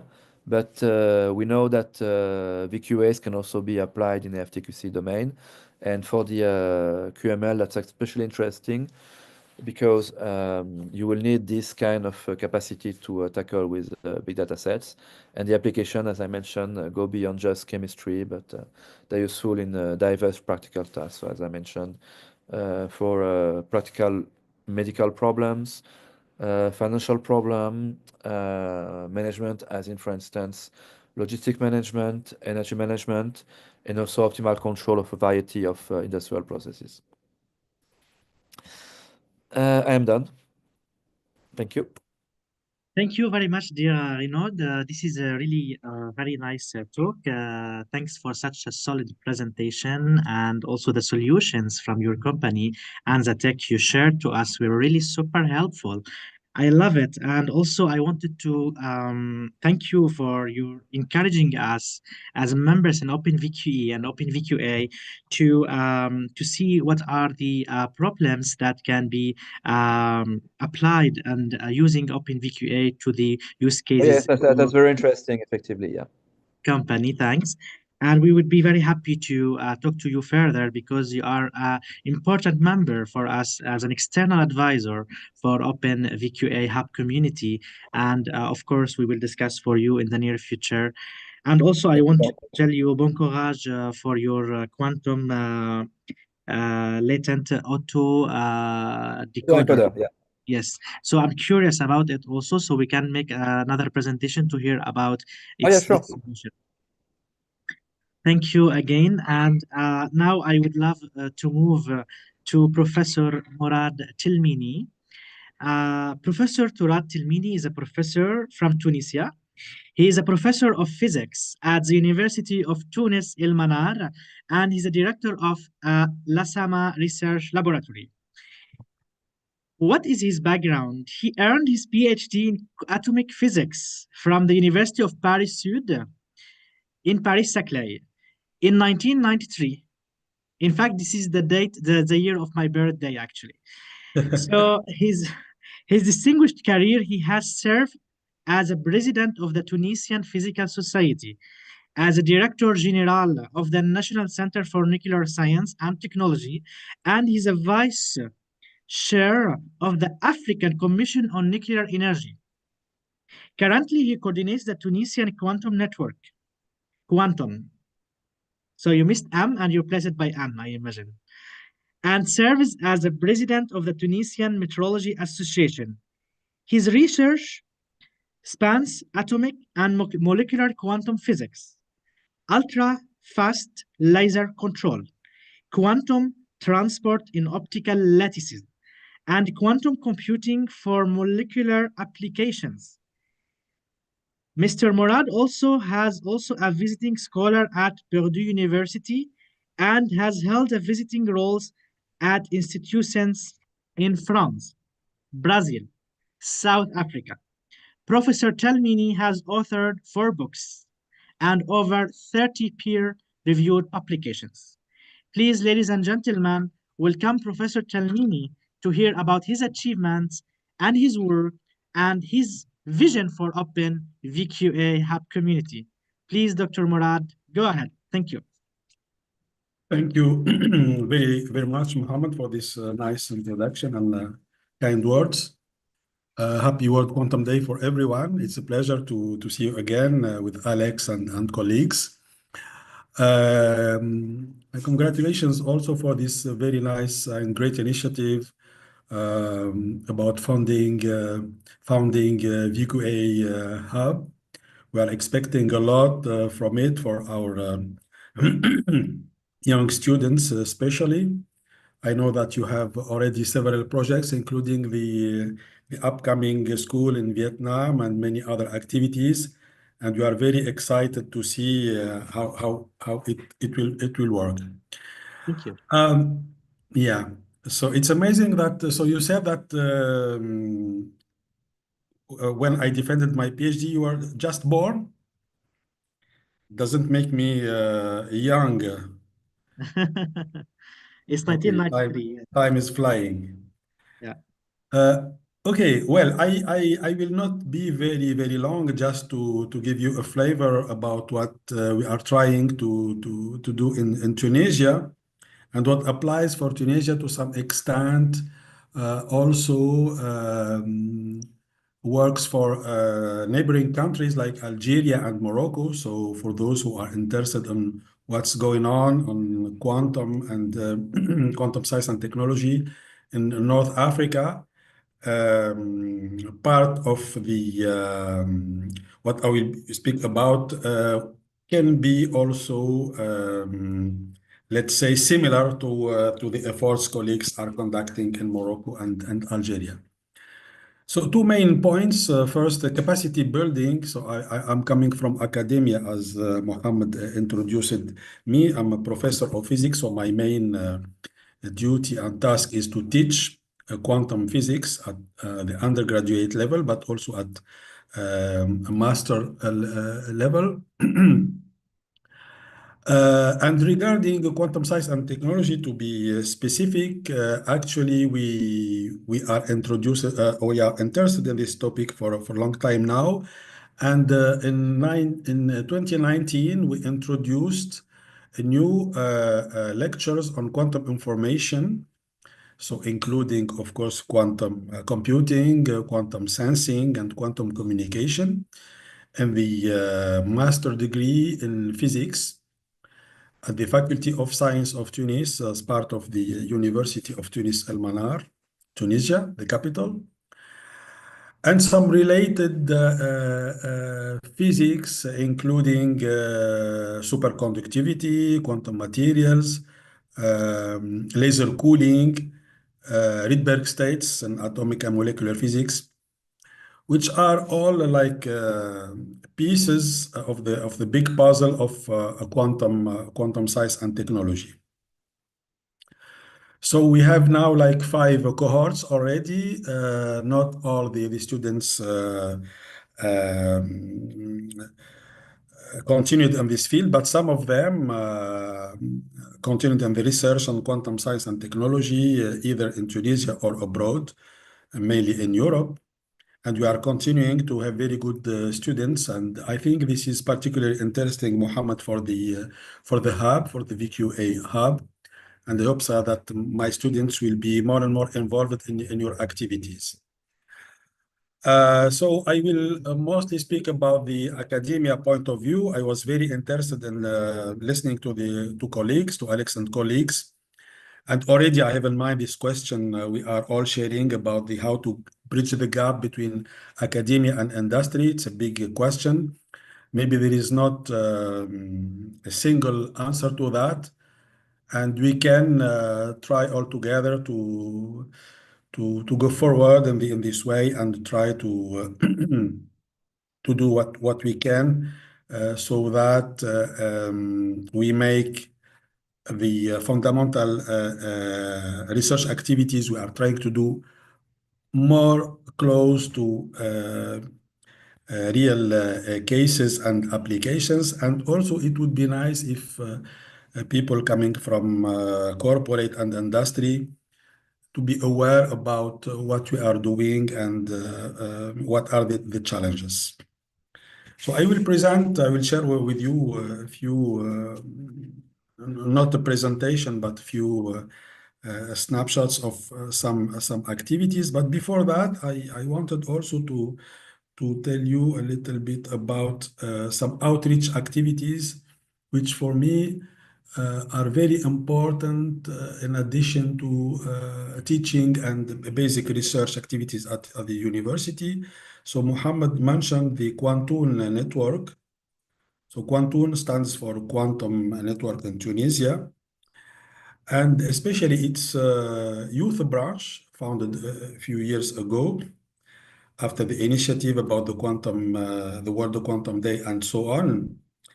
And this branch, led by mostly by my former students in the master degree in physics at the Faculty of Science of Tunis, are very active and are organizing several activities. Let me share with you one of the, so let me share the screen.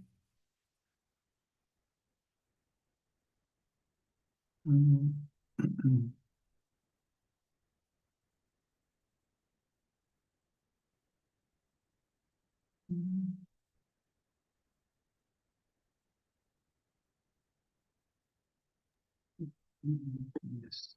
It's visible. We see your screen. We see your screen. Thank you. So this is the latest LinkedIn post of the Quantoon Youth Branch about a training session we are organizing tomorrow about the use of Qiskit platform for different applications, and the training will be conducted by one of our colleagues who is computer scientist and specializing in quantum computing, and many other activities can be found on their LinkedIn profile. So regarding the research we are conducting, so to be more specific to variational methods, we are trying to use VQE algorithm for molecular structure calculation in small molecules like H2, and especially understanding how scaling the qubits, so increasing the number of qubits, impact the accuracy of the calculation. So as a general law, it is easy to understand and expect that the larger the devices in general, so the larger the quantum resources, the better the accuracy. This is obvious, but what are the scaling laws? What is the minimum size of or the circuit depth or quantum resources required for a given level of accuracy? These are questions we are interested in. So for instance, let me show you here. So yeah. So you are still seeing my Yes, yes. yes.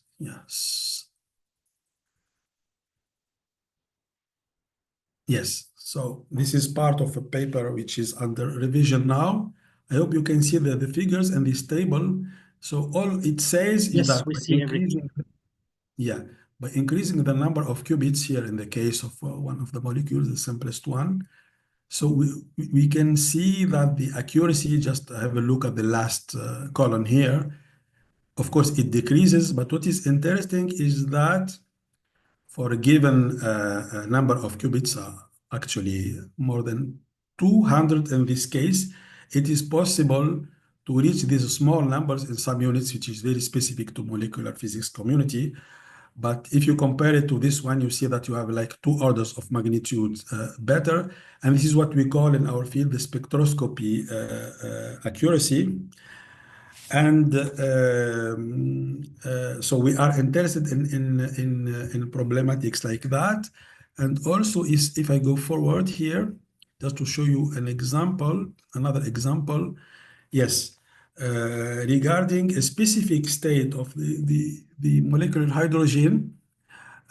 In most of the available publications you can find in the literature, the minimal calculation which are used like a benchmark, the blue curve here, is using a minimal basis set for quantum chemistry, like only 4 qubits, which is extremely poor to describe this level because, what I'm plotting here, sorry for people who are not familiar with molecular physics, it's simply the distance between the two atoms here and the energy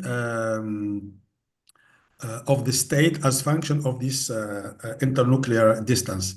So we expect to have a minimum, and the minimum corresponds more or less to a stable position of this molecule. These are the basics of molecular physics and the quantum chemistry.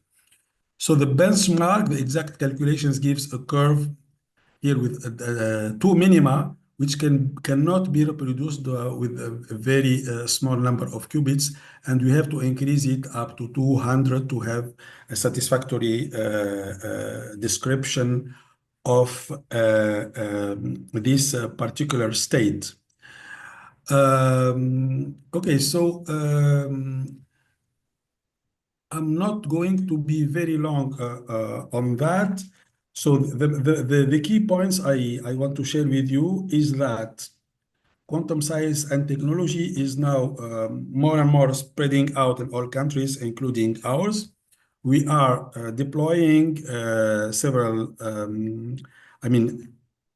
I would say, significant amount of efforts to introduce these topics as part of the curricula in the undergraduate and graduate level studies. And we are starting to do some research, and we are very keen and very interested in hearing from you and having some collaborations with you, Muhammad, at travers VQA Hub, of course, but also with colleagues. And maybe one day we can bridge the gap with industry and to be able to work on real life cases. Thank you very much. Thank you very much, Professor Morad. We are really happy to have a collaboration with you in Open VQA and Open VQE. And we deeply appreciate your insightful presentation about the quantum chemistry for quantum computing for quantum chemistry in VQE. And I'm impressed how you are able to reach this chemical accuracy within the enlarging the basis set for certain molecules. I'm really excited to see your paper going to be out in order to read it, and perhaps we will implement it in Open VQE because you are using VQE algorithms. And of course, I hope for you the best for your efforts you are putting in order to advance the research in the fields in Tunisia. Your dedication is inspiring, and I'm really happy to see very soon also the Professor Morad. Thank you once again, and I now would like to move to another esteemed speaker, Bakr Nakvi. He's the CEO of Codifica Inc. in the USA. So, Bakr, let me introduce some of his background, and then we will let him speak about his presentation. So, Bakr, he leads the development of KidiBot, an AI-driven platform revisionalizing the customer interaction across industries. With more than 30 years of experience in healthcare and pharmaceuticals, he brings deep industry insight to tech innovation. He holds a pharmacy degree from Bahauddin Zakaria University and an MBA from Southern New Hampshire University, and certification in marketing and healthcare management from Harvard and USC. He is passionate about digital transformation. He is passionate about innovation. He is passionate about mentorship. He empowers teams to thrive in a rapidly evolving landscape through collaboration, through creativity, and continuous learning. Please, ladies and gentlemen, let me welcome Mr. Bakr Nakavi to join us and let him speak about his talk. Thanks a lot, and you are welcome, Mr. Bakr. Oh, thank you very much, Heather. I appreciate it for the kind introduction. So everybody, I would like to say thank you for everybody. First of all, I really enjoyed all the presentations, as well as they were very full of knowledge and full of future directions. So Heather, I just wanted to commend you for organizing this panel, as well as organizing the platform to moving quantum education or learning one step forward. So I definitely wanted to say thank you for that. And guys, I know Heather a little bit, so I just wanted to give you idea. He is very passionate about it, and that's why I am here, because he actually convinced me to get involved into a quantum. And we had long discussions, and his passion, aggression to move quantum forward is very inspiring to me. I hope you guys will work with him and most probably make one of the best platform or group of people who can move this quantum technology to the next level. So having been said this, why I am here and what I wanted to communicate with you guys today. Everybody talked about the technology, different applications, and different areas that everybody is working. I just wanted to bring your attentions towards the dollars, because everything is good as long as dollars or euros are coming in, right? So I thought I should just change the little bit tone of this platform and show you guys realistic picture how market is perceiving or thinking about future of quantum.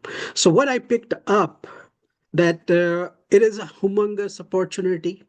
Some are saying it is going to be more than AI. Some are saying they will be complementing each other.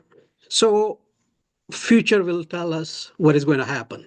But right now, what financials people are predicting, this market is going to be $6.5 billion opportunity. So whenever you guys are working on it, developing those applications or area, definitely keep those things in mind. So if I can, okay, this is me. So everybody most probably get to know me, and I don't like to talk about myself. This is biggest problem I got. So healthcare industry, almost 40 years. Have companies started inventor, mentor, investor, and mentor. And very quickly, I just wanted to make one announcement which will encourage everybody in this meeting, that we are starting a new quantum company with the name of Quantum Net Solution Inc. It is registered in USA, and we are three co-founder of this company: me, Heather, Dr. Heather, and Dr. Fatah. Dr. Fatah is in Saudi Arabia. So Saudi Arabia is definitely spending or thinking to spend a lot of money on quantum computing, AI. So we have really very ideal mixture of people, technology, American market knowledge, as well as Saudi's knowledge. So hopefully this company will be able to do something on quantum. So here is this is what I mentioned. The total market size at this time looked like $6.5 billion. So let's see what this is going to do for us. So if we go market potential, here is the statistics. So if you guys just just look at those three numbers. That will give you whole idea. In 2023, we spent $866 million on quantum computing, right? And by 2030, it is going to be $6.5 billion. And cumulative annual growth rate is 60%. So if you remember those three numbers, that will give you pretty good idea which direction quantum is going. So 30% growth rate in this market is very nice growth rate. Although there is some challenges in quantum right now, which as soon as they become over, we are able to overcome those hurdles. It will definitely go up 100% maybe first few years, and then it maybe drop a little bit. The growth is fueled increased investment from government. Right now, mostly investment is coming from government and small private sectors. So I will highlight those two. Okay. So right now, if you look at this chart, you will see the China is spending $15 billion on quantum computing. Number two is USA, and then European Union and UK contributing 1.5 billion. And 1.25 billions. So these are the biggest player in quantum computing. So if you guys are looking for funding or something, so these are the areas that you guys should look into for future projects. Okay, the main focus, the market is looking right now that quantum computing will help these industries. Pharmaceutical, finance, energy, and AI. I think AI is going to piggyback with the quantum computing because they will work together in developing those things. So these are the core areas that they are expecting that quantum computing is going to affect. And then main players, you guys know more than I know it, that IBM, Google, Microsoft, Amazon, these are the 5 biggest players right now who are spending a lot of money. Private sector money is coming from those companies. And then here is some pure players. The 4 or 5 companies we are definitely focused on quantum computing. These are IonQ, Rigetti, and there was one more, Quantum Computing Software. So these are the few companies, their core business is quantum. So if you guys need to find out what they're working on, research on those companies. Okay, private equity funds, I will not talk about this one because you guys know, okay. So challenges. So key milestone for computing include achieving quantum advantage. So right now we do not have quantum advantage because of classical computing. As soon as we start using the quantum chips or those kind of computers, quantum computers, it is going to be a game changer. So hurdles, you guys know, this is the only hurdle we face is that technology is not, we are using classic computing to use quantum. So as soon as this is over, this can change. So yeah, this is the same thing, okay? So here's the investment strategies. I will not talk about those because this is not investment. So this slide is made for the investment purposes. So this is what I think is computing is going to be in future, quantum. So we are in a right field, right? Where this is going to be a game changer and bigger than AI in some areas, but it depends upon how quickly we get there. Quickly we will get there, quickly we will be recognized, and we will be profitable. We will be making and helping a lot of people in healthcare, because I have 40 years of healthcare experience. So I can tell you, research take away, if I remember statistics correctly, before AI and quantum computing, one drug comes to a market, it takes them almost 10 years to bring it. And cost of that drug to bring to a market is close to, oh God, if I remember correctly, it was close to $1 billion. And 92 drugs fail out of 100 to become a profitable. So for pharmaceutical industry, drug research is very, very, very expensive. So if we can help them some way, form, or shape, I think we are helping them, and find other ways to help them that will change the game. And then environment is another area that is very big. So if we look into those one, that will be very helpful too. So I will stop right here. So this was my short introduction about myself, about new company, as well as where I see quantum computing is going in future. So if anybody has any question, and Heather, if you have time, please let me know. Certainly. Thank you a lot, Bakr, for your insightful presentation and your invaluable guidance on this marketing strategy for quantum computing and artificial intelligence. Of course, your support has been instrumental, and I am honored to officially step into the role of chairman at Quantum Net Solutions with you and Mr. Abdel Hamid from Saudi Arabia.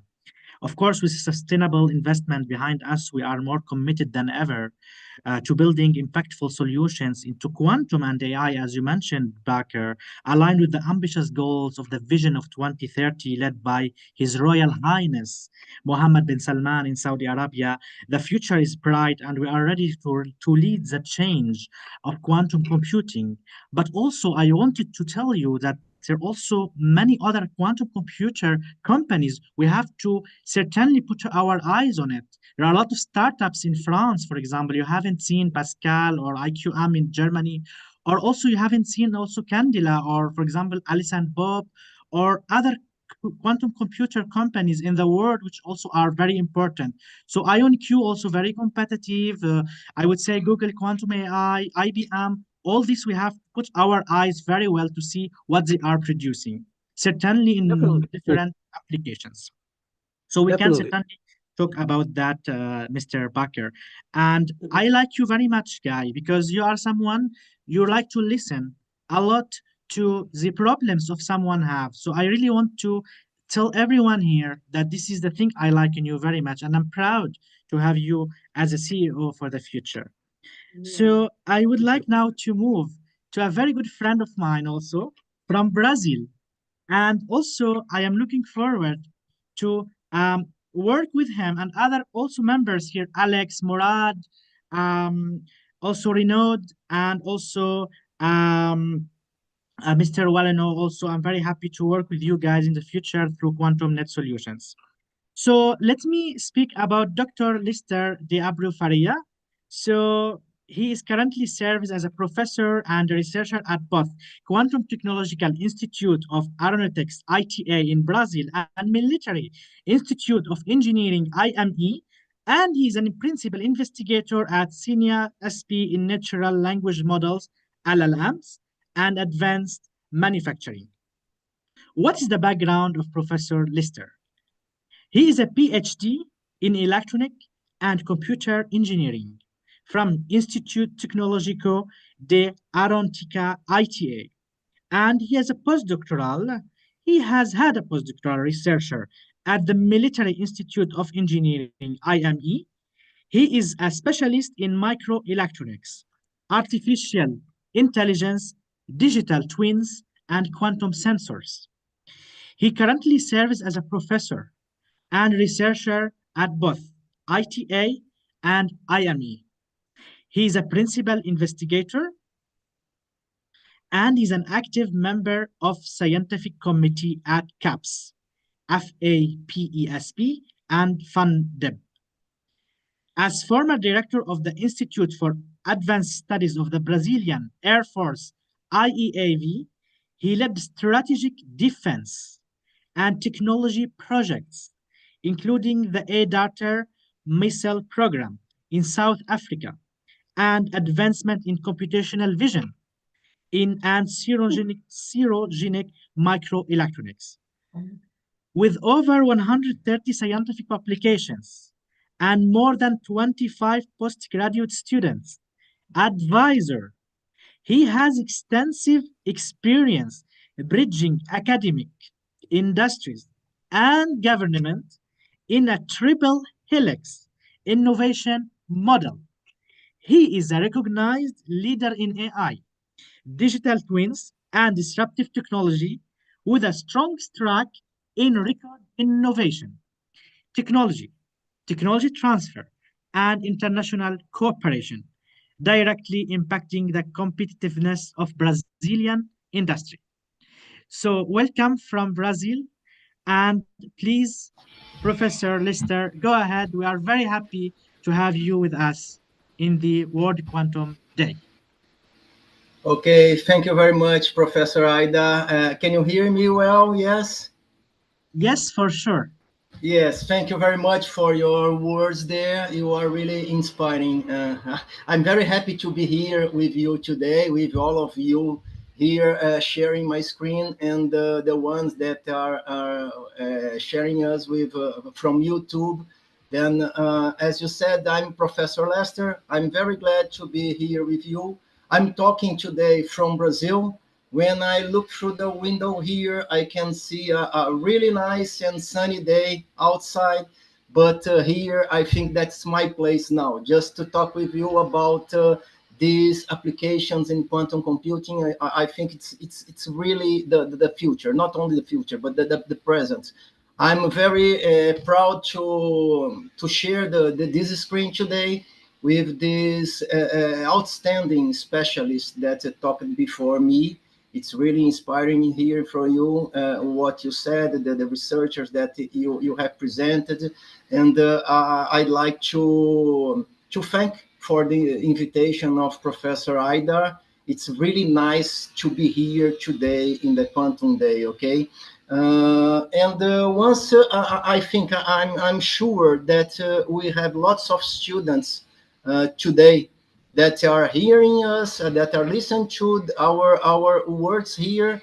I tried to prepare a very inspiring presentation, just to show them what may happen with the quantum computing and what it provided for us in the future, in a close future. And then I decided to talk a little more about the applied research, some solutions that we have that we can deal with the quantum computing,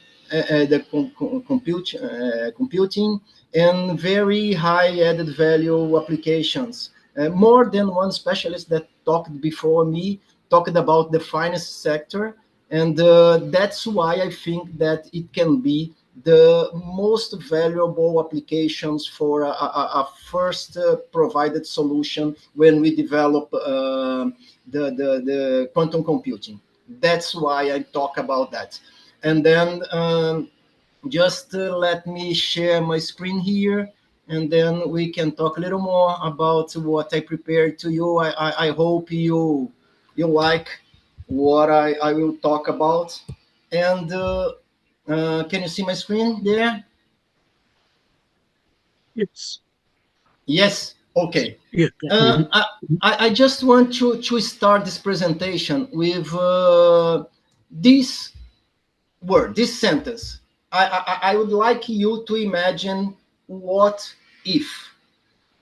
What if quantum technology is not the future, but already here silently rewriting the rules of security, finance, and intelligence. I would like you to observe and to know about this sentence. And more than that, and most people haven't noticed it yet. What if? Imagine. And then we can go to the second one. You didn't have, all of you, not only the researchers, but all the people around the world, you didn't have to be a physicist to understand quantum computing. But yes, you will need to understand it to stay relevant in a world that is changing very fast, that is changing even faster than ever we have already seen. Then that's the point. And if we can go ahead, you, all of you, will learn that quantum technology are not just a scientific breakthrough. It's not. They are really strategic tools for competitive advantage. And we, not only me, but you and all the students that are watching this presentation today, we are ready to lead this transformation. When we talk about open VQA, VQE, we can be this transformation in the world. We are starting a process, a road that we can lead. We can go ahead with this proposal. Okay, as Professor Aida said, I'm Professor Lester. I'm from Brazil. My background is in electronic engineering. Here, I am a specialist in microelectronics. That's where I developed my master, my PhD in artificial intelligence, digital twin, and quantum sensor. And especially today, I have the challenge to develop communication hardware for secure communications in the defense sector. That's my postdoctoral, one of my postdoctoral applications there in the Military Institute of Engineering, and that's what I'm developing right now. But it's not about that I will talk today, about this research that I'm developing, the communication quantum solution. We will talk about another subject, but before that, after having the imagination that quantum computer will be the future, we have founded this startup 3 years ago. It's called QBRA, Qubits Brazil, and we have some partnership around the world, not only here in Brazil, but around the world. And I think that this is a very nice starting point. We are four people here, me and Professor Inez. We are advisors of the startup. Here, Professor Wilson is the specialist in algorithms that I'll talk to you about them today. And Samuel Rufino is the CEO of the startup, the guy that propagates what we have found. QBRA exists to transform society using the power of nature through quantum mechanics applied to technologies. That's what we want to do. That's why we live. And here are some examples of events that we have done. Then we go to primary schools just to motivate the students, the very young students, to talk about quantum, to tell them what's quantum computing, what are quantum technologies. And here are some other events here in Rio de Janeiro, the Blockchain Rio, the Quantum Day in 2023. Here is a workshop, a national workshop for technology, quantum technologies for the defense sector, some partnership with Google and Quantum Latino. And why I'm talking about quantum computing? Because there's a sentence that I like it very much. Follow the money. And why follow the money? Because science needs a vision, but to scale the science, it needs some funding, and funding follows then the value. That's what we are talking about. Quantum tech is is no longer just a scientific quest. It's becoming $1 trillion opportunity. One of the specialists before me talked about it.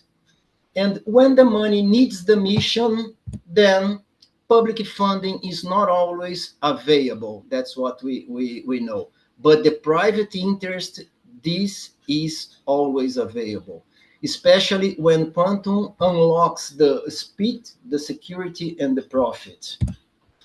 And that's why we are talking about the banking, the risk, the fraud, optimization, cryptography, and other subjects that we need. They are very allowable for everybody. And then comes the wow. We found the perfect alignment. A sector ready to invest, that's the finance sector, and a field ready to explode. And here, as we are talking to each other today in this Quantum Day, we have a team ready to lead this transformation. Then we have a strategic opportunity, a global leadership, and a team potential. That's what Professor Haidar is doing with us here today. Okay? And then we will talk about the quantum transformation in finance, turbocharging business with quantum computing. That's what we will talk about today. And then I go very quickly, just to be in time, okay?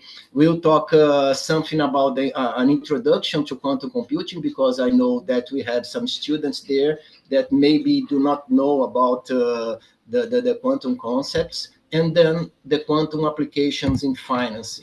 Then just a brief introduction to quantum computing. What's in quantum computing is a paradigm that uses the principles of quantum mechanics. And quantum computing uses the qubits, which can exist in multiple states simultaneously. When we talk about the other two main concepts here, the superposition concepts and then entanglement, we arrive to the superposition. That's the qubits can exist in a combination of zeros and ones at the same states. Then we have multiple possibilities simultaneously. That's very different than the traditional electronics and the traditional solutions that we have. And then we can have as well the entanglement, that two or more qubits can be linked in such a way that their states are interdependent. Then I think you already know about that, but it's good to level the concepts for the students that are listening to us. Then the main advantages over the classical computing are the speed, the parallelism, and the security that this kind of application, that this kind of solution can provide for any sector, not only the finance sector. And then I think that we may remain with these three concepts in mind. Then we know that the current and the future state of technology, the specialists before me have already talked about it. Then we still in the development, but quantum computers with dozens of qubits already exist. We have the Google, the IBM, and the Microsoft already developing these chips, these integrated circuits. And the areas where they are impactful are finance, healthcare, materials, and artificial intelligence. That's what the specialists talked before me. Then the first application that we can talk about is the portfolio optimization with algorithms. When we go to a bank, they have very strong challenges to be solved, not only with high precision, high accuracy, but with speed, with high speed. And then the portfolio optimization is one of the solutions. And the challenges of the classical portfolios, they come about finding the optimal assets allocation that maximizes the returns and minimizes risk. This is a very hard solution, very hard equation to be solved, okay? And then classical portfolio are computationally expensive and time consuming. This is not the point that we have to arrive. We need speed. We need more return. We need an optimal asset allocation. And more than that, the models that we need to use, they must capture the complexities and the non-linearity and the uncertainty of the process. And here we have two nice solutions that we can talk about later on another time. That are some quantum algorithms like such as the QA-OA and the VQE. They are very specific algorithms that can give us higher return, lower risk, faster decisions, and we can have the portfolio optimization simulations. That's why OpenVQE is a very nice platform that we are developing. And the benefits of these solutions are higher returns, lower risk, and faster decisions. Then that's what we are talking about. Here are some graphs, some kinds of architectures that we have. Just to go ahead in a quick way, another point that I want to talk about is the derivative pricing with algorithms. This is very important for us because we need to define the prices of the derivatives, and it's important to do that. For those who doesn't know what are the derivatives, are the future contracts, the forward contracts, the options, and anything else, okay? And what are the complexity of derivative pricings? We can deal with them with these quantum algorithms, that's QAE and quantum simulation for pricing. It's a very nice solution that we are proposing to some banks here in Brazil, just to apply and to compare the solution that it provides with the other ones that they use there. And the complexity of the derivatives pricing is to pricing derivatives, like I said, such as options and futures, yes, involves calculating probabilities and simulating future scenarios. This is very complex. This is not easy.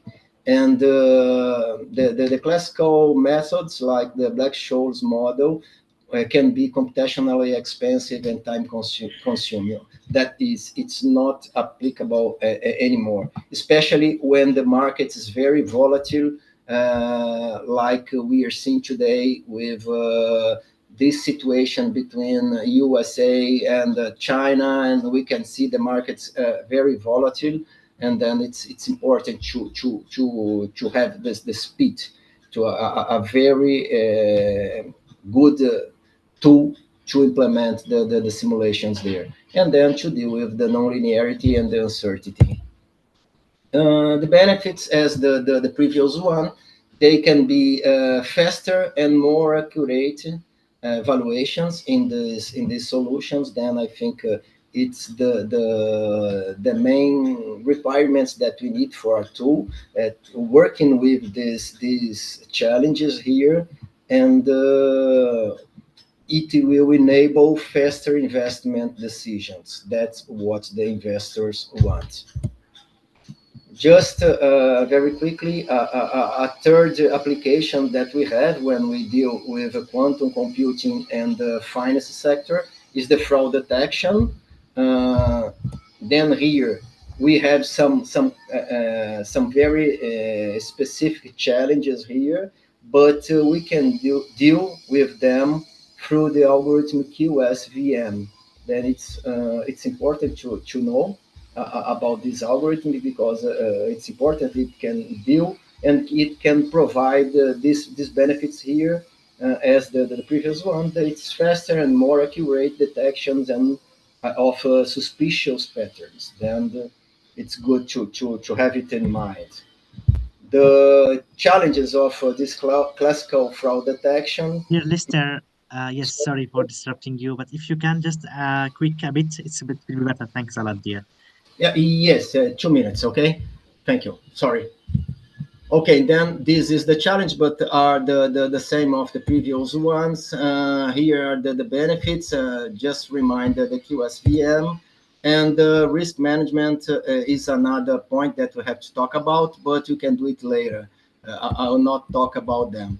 And for a next opportunity, there are many other applications that we can deal with the quantum applications for finance, okay?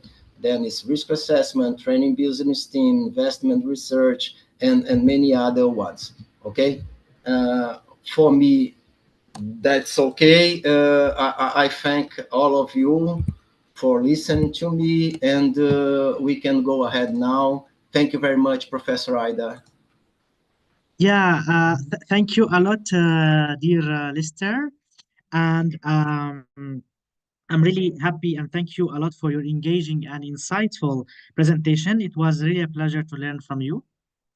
And for me, Brazil, it's really shining. And I think it's passionate. A lot of people I'm following on LinkedIn, they look very much passionate and they're really looking forward to thinking about the country by itself to quantum applications. So your work reflects that spirit and inspires us all. And I'm looking forward to create a project with you in collaboration for Quantum Net Solution and for Brazil. Thanks a lot. Okay, we will do that, huh? Yeah, thank you. So guys, allow me now to move into the members of OpenVQA. Each one of them, they will speak a little bit about 5 minutes, starting with the postdoctorals and professors and the PhD students, then into master students who are going to speak about their work very quickly.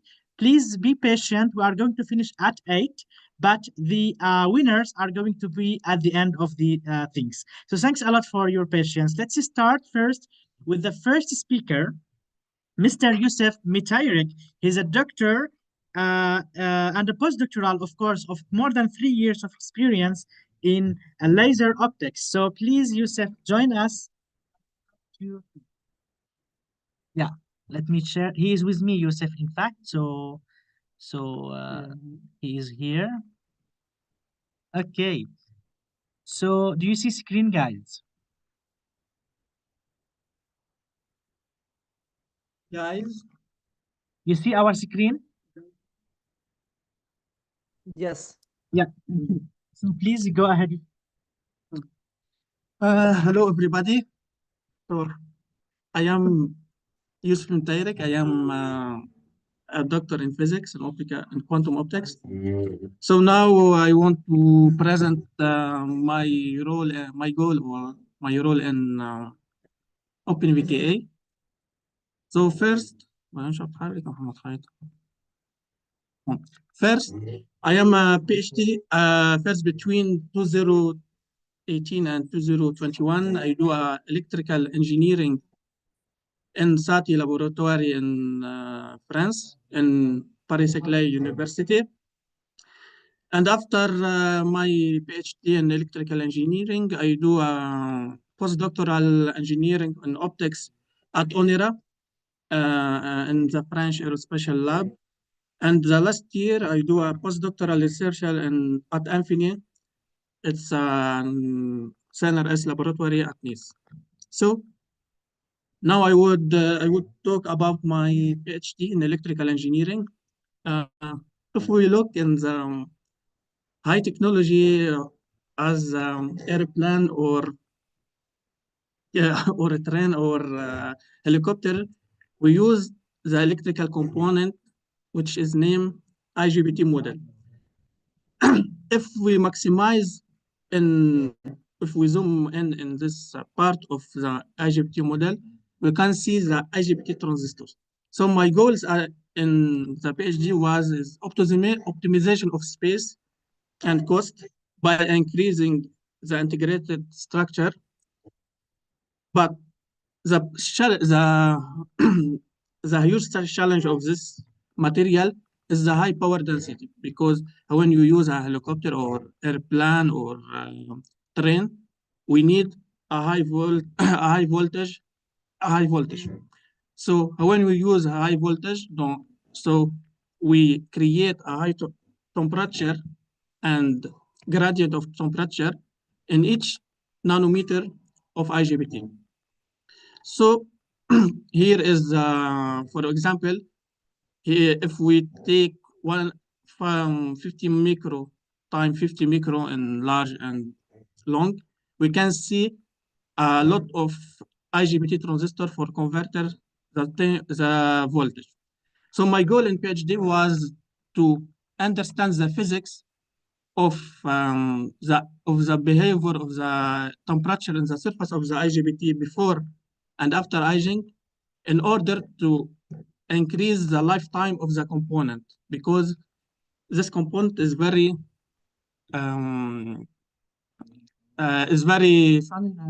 expensive and when I use in the airplane or helicopter. So I use a thermoreflectance optical technique, which is which measure the reflectivity as a function of the temperature. And after I can use this technical for measuring the behavior of temperature before and after aging, because when we applied a high voltage in this component, this can lead for the aging. So it is important to understand the behavior of the temperature. After that, I do a postdoc at Onera. I can't share a lot of information because it's sensitive. So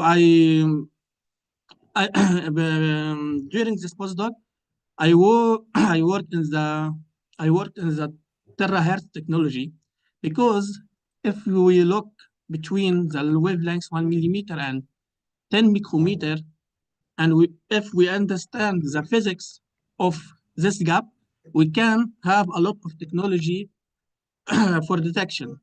So, for example, in the airport, we use the Rayon X for detection the people, but now the military is more concentrated for multispectral terahertz in order to detect a lot of objects if by scanning the person at distance. So you can use this technology for scanning the arm, for scanning the people, for scanning the chart, for scanning all object by using the metamaterial and converting the terahertz signal to heat and detection by infrared camera. So after I do a postdoc in quantum optics at CNRS, and my goal is to create a laser which based on nonlinear material, and this laser you can use the quantum energy of vacuum, and after I can have a signal and idler. So after doing this postdoc, I can delete or remove the laser with 1.5 meter times 0.5 meter and replace by another laser which have a dimension 1 centimeter times 1 centimeter. So here is the bench optical when I use during my postdoc. So now why I use OpenVKA? First, because OpenVKA is controlled by or led by by Professor Haidar, which is very famous in world. Second, I am an external advisor in OpenVKA, and my future goal at OpenVKA is to create a team in quantum optics to advance the development of quantum computers. And also my work, because now all for example, in Düsseldorf, the government gave $16 million for create a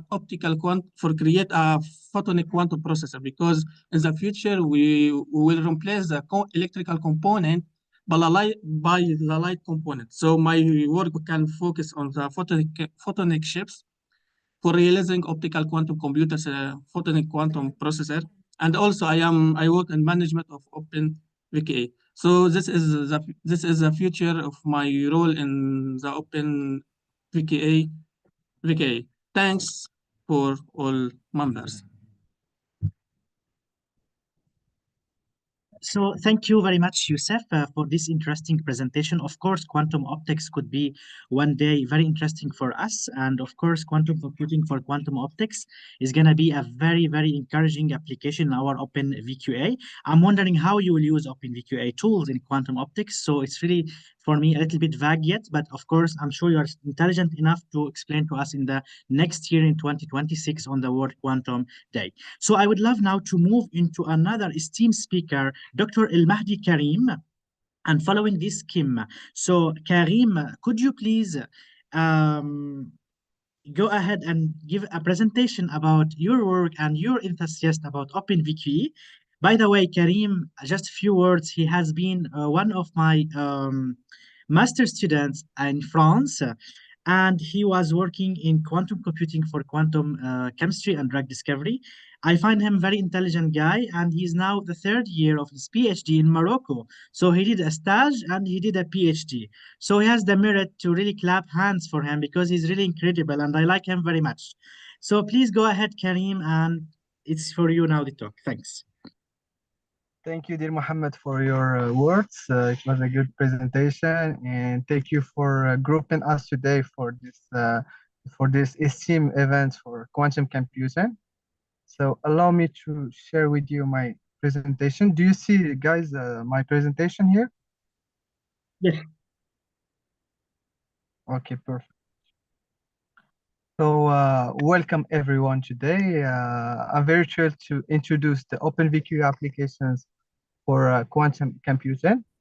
So OpenVQA harnesses quantum algorithms like VQA and quantum approximate optimization algorithm to tackle challenge classical computers that can be done in a classical computer. So from simulation molecular interaction to optimizing drug binding with unparalleled accuracy. So imagine identifying therapeutic candidates faster with precision down to the quantum level, not only interaction between atoms. We are talking about the quantum level here. That's the power we aim for to have that we aim to have in our OpenVQA. So allow me to introduce the diverse algorithms that we aim or that's already implemented in OpenVQA.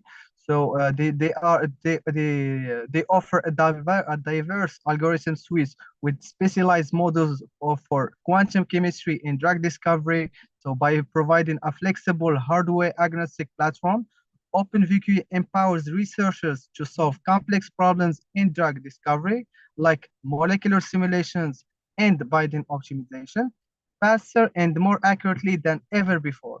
So we aim to make everyone that's related to quantum to join our global community to drive innovation in quantum computing and transform the future of life science. So our platform features powerful tools like the variational quantum Heinz-Lover VQU, which simulates molecular systems and calculates electronical structure with quantum precision. We also leverage quantum approximate optimization algorithm, or what we call QA, to optimize ligand-protein interaction and identify the best binding configuration. So we aim here to solve the molecular docking problems, and we aim to have more accurate results with specialized modules tailored for quantum chemistry and drug discovery. OpenVQA empowers research to tackle complex challenges, and we aim to pave the way for faster lead optimization and the discovery of promising therapeutic candidates. This is quantum computing at work, so we aim to transform the drug discovery. So let's explore how OpenVQA tackles intractable problems in drug discovery. Quantum algorithms such as VQA enable precise electronic structure calculations. Meanwhile, QA efficiently navigates large-scale molecular optimization and identify optimal ligand protein interaction to accelerate lead discovery. So this work was done by by me and Muhammad under the supervision of Mohammed Haider at Qubit Pharmaceuticals. It was a very big project. So we wanted to solve the interaction and get more accurate results. So and now we aim to implement this Karim, can you algorithm please in- accelerate a little bit to Yeah, talk? sure. Yeah, thank you a lot. So let's look at a game changer in drug discovery. We have the maximum weighted click that enable the QA to shine by encoding molecular interaction into quantum circuits and identify the optimal binding configuration. We are redefining how a quantum algorithm can accelerate the path to new therapeutics. So finally, let's talk about the OpenVQ's hybrid quantum classical pipeline, which is a game changer for drug discovery. What's the results here? We have faster lead optimization and more accurate prediction that are opening new visions to identifying promising therapeutic candidates. And to wrap up or to conclude, our community is a global initiative uniting researchers, developers, and industry partners to drive quantum computing innovation. And from drug discovery to material science, our community is developing quantum computing solutions that transform industries. So thank you for your attention. And we are proud to collaborate with leading institutes like Atos, Sorbonne University, Total Energy, and the OpenVQA and OpenVQA is just the beginning. And thank you for everything. Thank you a lot, dear Karim. This is really very nice to hear your passion about implementing quantum computing applications, especially in drug discovery. Using OpenVQA tools will be really very important for us. Sure, And we are definitely. happy for you to lead this team of drug discovery and to work in the OpenVQA. So feel free to contact us soon. And of course, we are happy Yeah, to hear sure. you. We would love to publish with you also papers. So it would be very nice of you to try to lead this project as well. Of course. Thank you, dear Mohammed. Thank you. I would love to move to another speaker.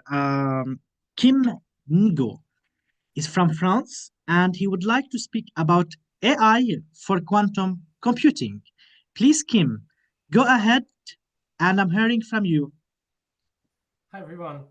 So to present myself very quickly, I'm Kim. I'm currently developing a product in AI software engineering, and I'm partnering with Mohammed and OpenVQE in order to deliver an API for quantum library AI translation.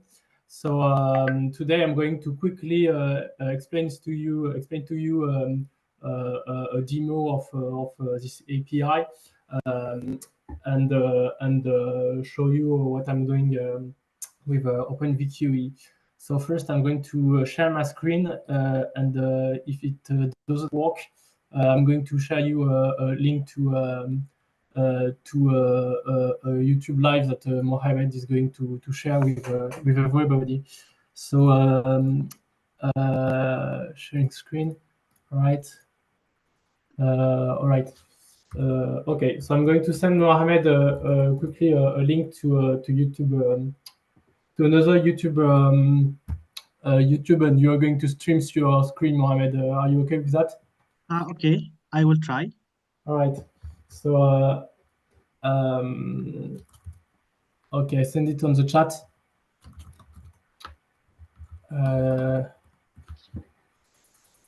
Right here. Where is the chat? Q&A. Okay, I send it to you on WhatsApp, Mohammed. Is that okay? Okay, Or I would be very fast on that, so it's a big challenge for okay, me. no, I have the chat. So I've sent it on the chat of the Zoom. So I am gonna share it, right? Is what you mean? Yeah. So normally you should be able to see my my screen right now. Okay, I will go. Thank you, Kim. I will try to share now. Thank you guys for your attends, a minute. for your patience with us, and then we will try to share now. Yes, this one. So probably there will be no sound. I don't know why, because we are in webinar, I think. So Does everybody see my screen? I am sharing the YouTube. Is it Yeah, okay? right. Share the So- YouTube now. So you share your screen. Yes, yes. Okay, all right, perfect. Okay, all right. So I don't know why it's not working yet, but We should just wait a few seconds and it should be working. okay. Actually, All right.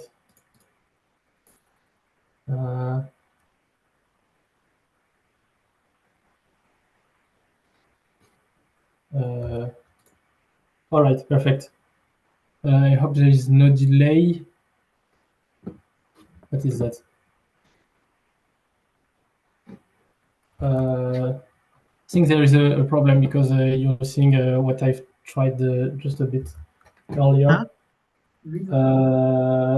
so Kim, we are sorry that the videos cannot work because we are actually in a webinar. So Yeah. No, it's not a video. It was supposed to be a direct, but okay. I'm going to switch to. Okay, I stopped the stream and just start it again. I'm very sorry. I've tried it just before because. if you can accelerate, Kim, or if you Yeah, want, no problem. because No we have problem. other speakers are waiting. Yeah. Yeah, I know. I'm very sorry.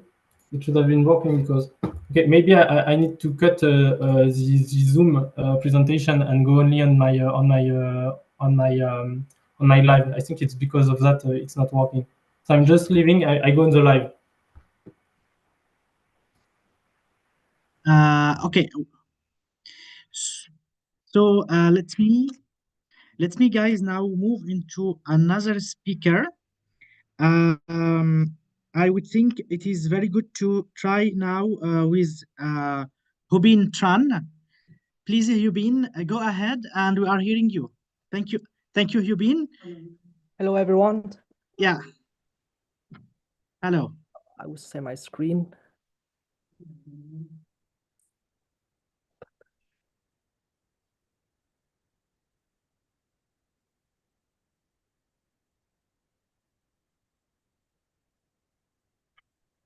I don't know if you guys can see my screen. Yes, we are seeing it.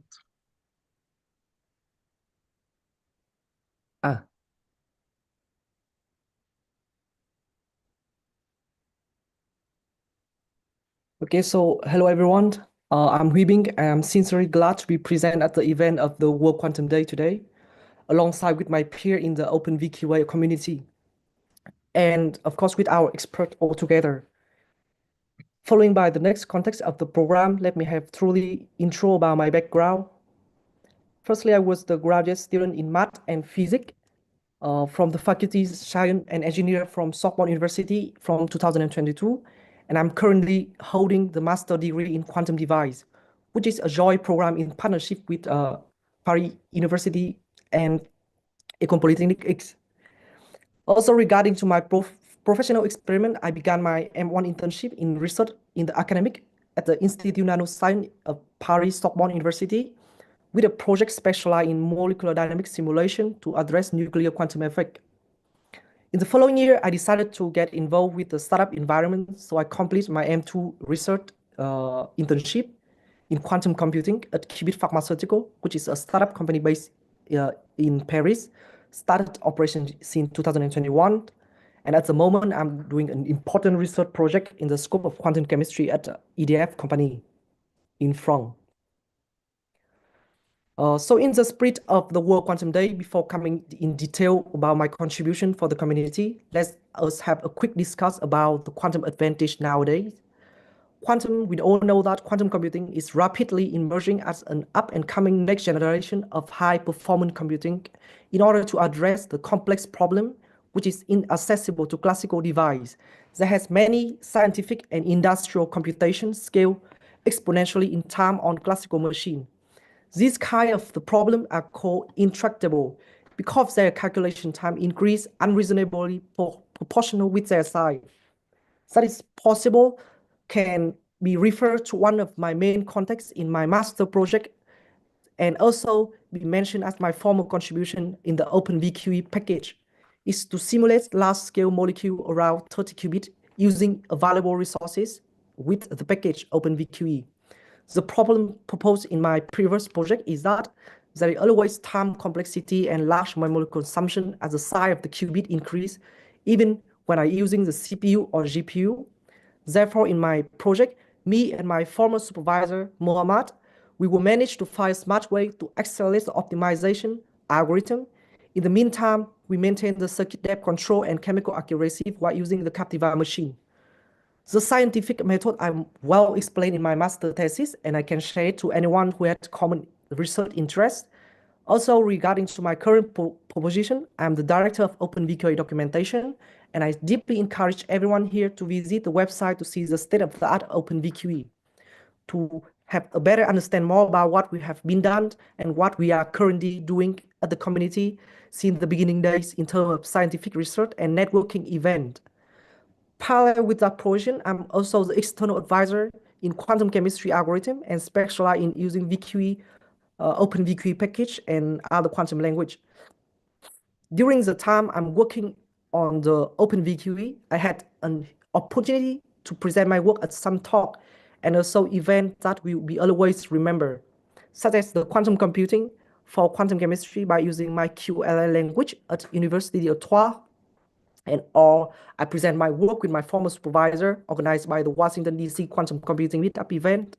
And on the top honor of that, in the mid-August, I will come back to my country as an organizer and also give lecture at the Vietnam School Artificial Intelligence and Quantum Computing at International Center for Science and Education. I'm very looking forward for the event and I'm deeply grateful for the opportunity. All slides, we need to come to an end. So let's give us a cheer moment for the photo group meeting at the finish line. And the goal that I believe me and also with all the members in community that deeply want to achieve in the future, first we want to improve the R&D section in the group, more scientific research discussion, published paper, and variational quantum algorithm to deliver as we are in the second phase of the roadmap. Secondly, we want to collab with academic and public sector to organize hackathon training program with an aim to introducing package to more and more in the academic or company. And last but not least, the most ultimate goal is to reach out for funded project with OpenVQA. Thank you for attending my presentation. I wish many more go to come to community and happy World Quantum Day. Thank you for listening. Thank you a lot, dear Yubin Tran. I am very happy with this beautiful presentation. And also I am proud that you have find a position at EDF, which is a very good company in France who are really having a great visions for quantum computing. I wish you a great chance and good luck for your work in EDF. Also, I also wanted to thank you for your having master stage with me during 6 months. It was incredible experience to be between you and me. I really liked it a lot and enjoyed it a lot very much. So now I would love to move into another esteemed speaker from a very charming country, India. And also his name is Dr. Taher Manzoor. I would love Taher to present 5 to 10 minutes for our community, your work and your achievement. Thank you, Taher. Go ahead.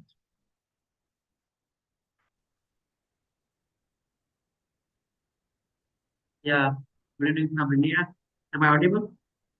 Yeah, we are hearing you, Dr. Taher. Please go ahead. Yeah, yes.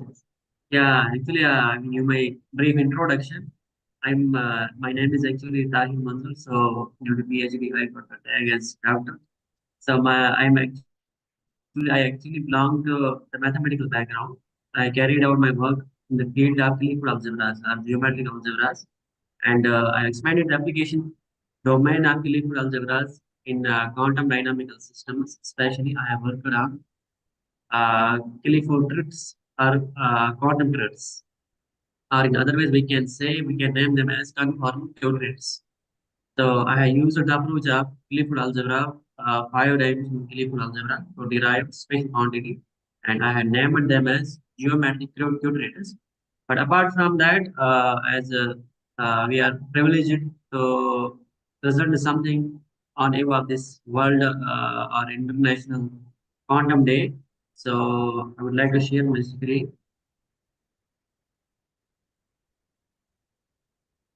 Yes, dear Tahir, please go ahead.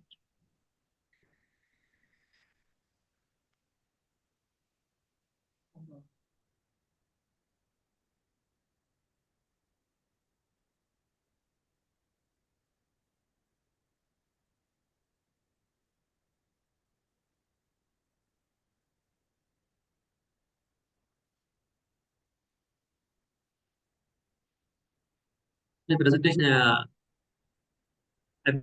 appearing to you. Is it available? Not yet. We are just seeing the Zoom. You have to share your slides.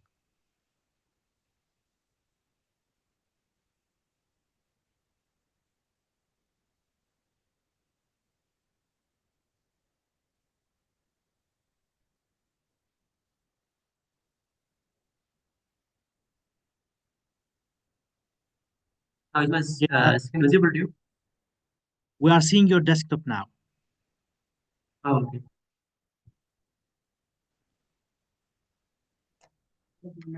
I wish you can hurry up, dear Tahir. We have, okay. Please be faster, dear Tahir, because the time is really moving. Thanks a lot. So I proposed different thing on about this World Quantum Day or International Quantum Day. Quantum technology in the fields of defense and machine learning. So I think I'll discuss about the basics or the introduction, what we know about the quantum and quantum entanglement, quantum superposition. So we'll directly touch with the quantum computers, and there are some diagrams here when we are comparing classical bits and quantum bits, and we are processing them using as we are using classical computation or digital logic circuits in for classical bits, and in quantum computation we are using quantum algorithms and quantum circuits to get the output, and the output in the quantum algorithms when we are having qubits and we are just using quantum computation over them or using with the help of quantum circuits, we are getting output, and our output is actually the major vector. Then these are some fundamental components that are almost similar in both classical and quantum computers. Like we have input, we have computational this process, and then we get the output. So there is kind of stable, and this will give you the brief about binary bits, digital logical circuits, and a retrieve solution in classical and quantum case. And similarly, we have like if we have a single bit in classical computing, we get like this. This will be either 0 or 1. This cannot be in the superposition. Whereas in quantum computing, we have the qubits or the quantum bits in terms of they are in terms of superposition. They can be a 0 and 1 simultaneous. So, and this quantum approach, this is totally probabilistic, whereas a classical approach is totally deterministic. Then we have some kind of qualities for qubits and their associated quantum gates, and that we have one of the quality which is represented by some metric.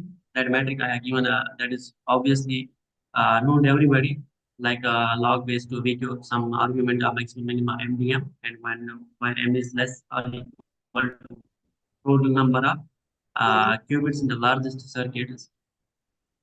Then we had the progress of currently existing quantum systems, what the companies have been doing and currently what they are doing.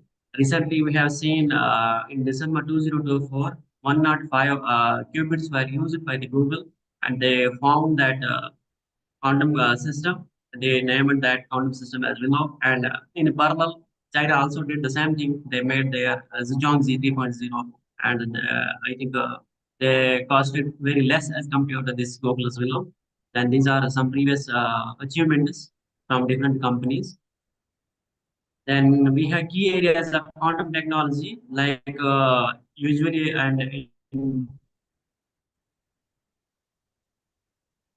we have we have quantum communication, we have quantum imaging, and quantum sensing. And in quantum communications, we have frequently we are using quantum key distribution or our quantum post quantum cryptography. used for transmission and signaling a breach if there is some eavesdropping, and this will let us know what is happening. And the researchers are also working on advanced quantum communication networks, both on Earth. They are using the satellites to secure data transfer, distributed quantum computing, and even quantum sensors. Then we have quantum atomic clocks for precise timing, sensitive magnetometers for brain imaging and detection of hardware trojans on chips. Then we have similarly gravimeters detecting submarines or underground structures and minerals. And similarly, we have in quantum computing, quantum sensing and imaging, we have advanced navigation systems that will work without some navigation system, like as we have in classical way, if we are using global positioning system.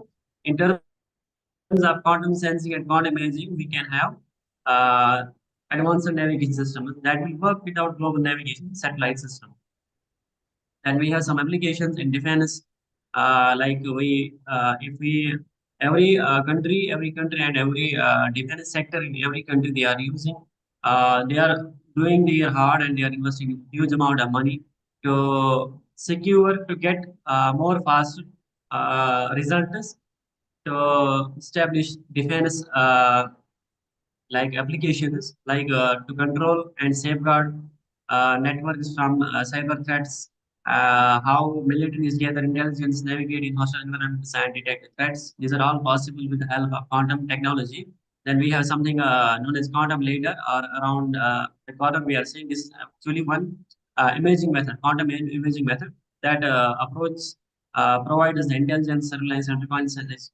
These things can be used in intelligence, surveillance, and reconnaissance, enabling the detection and tracking. If we have obscure targets or even the targets are hidden, with the help of this quantum leader, with the help of quantum concept, we can just break them or we can approach them.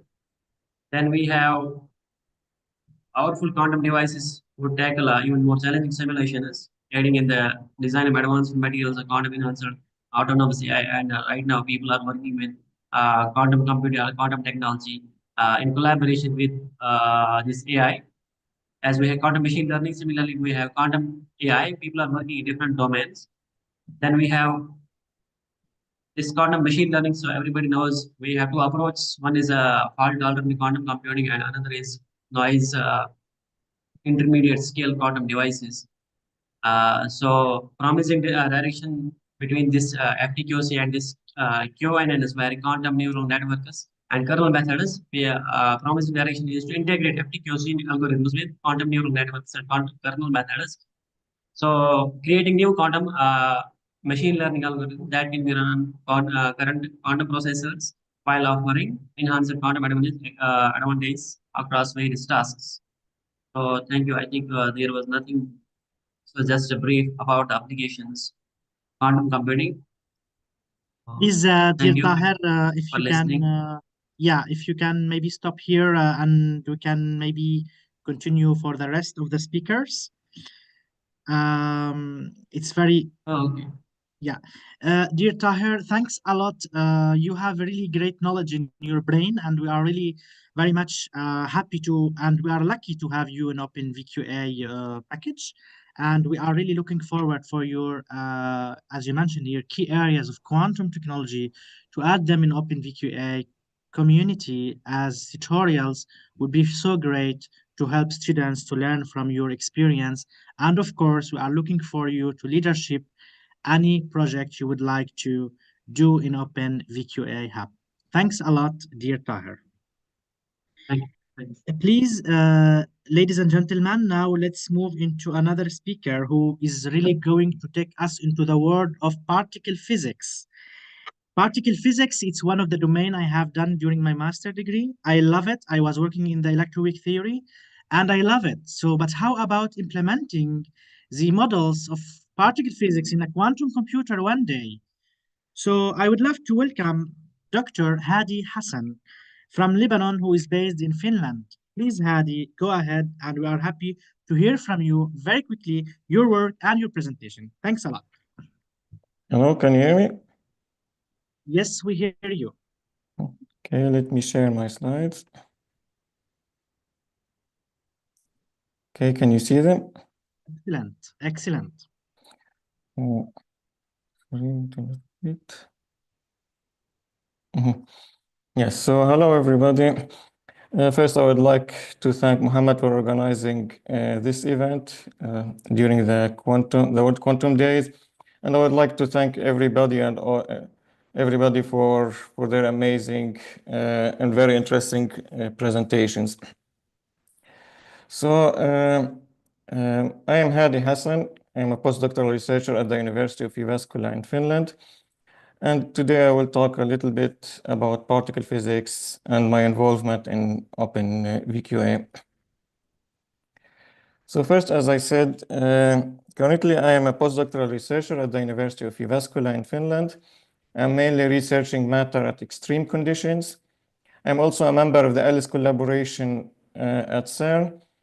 I got my PhD in particle physics from the University of Grenoble in 2019. After that, I did a postdoc at CERN for 3 years.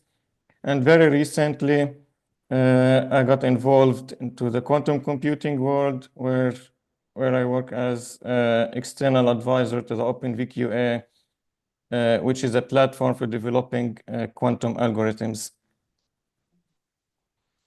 So first, I will talk about particle physics. So particle physics, it is the field of science, it is the field of physics that studies the fundamental particles that makes up all the matter around us and the forces and all the forces in the universe. So in particle physics, we use the standard model. This standard model describes all the particles that make up the visible universe around us, like quarks and leptons, and the force carriers, the particles responsible for the interactions between them. As you can see here in this figure on the right, these are, according to the standard model, these are all the particles that make up the matter around us. What is the goal of particle physics? It is to seek answers, like what is everything made of and how did the universe begin? In order to study these particles and the nature of matter, we use high energy collisions made by particle colliders, like, for example, the Large Hadron Collider.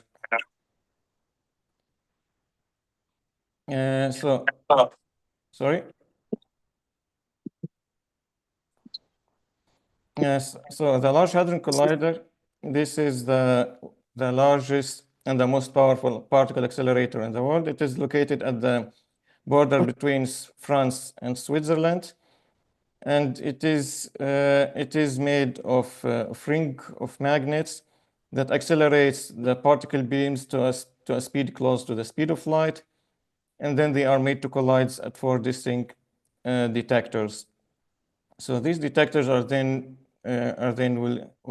collect the data, the collision data, and analyze them. One of these detectors here is the ALICE detector. This is the detector that I work with. So the ALICE detector, it is ALICE first, it stands for Large Ion Collider Experiments. This is a detector specifically made and dedicated to study the quark-gluon plasma, the QGP, which I will talk about in the next slide. So this detector uses heavy ion collisions at very high energies in order to produce QGP and study its properties. So what is quark-gluon plasma? So quark-gluon plasma, it is a very high energy and high density medium made up of quarks and gluons, which are deconfined.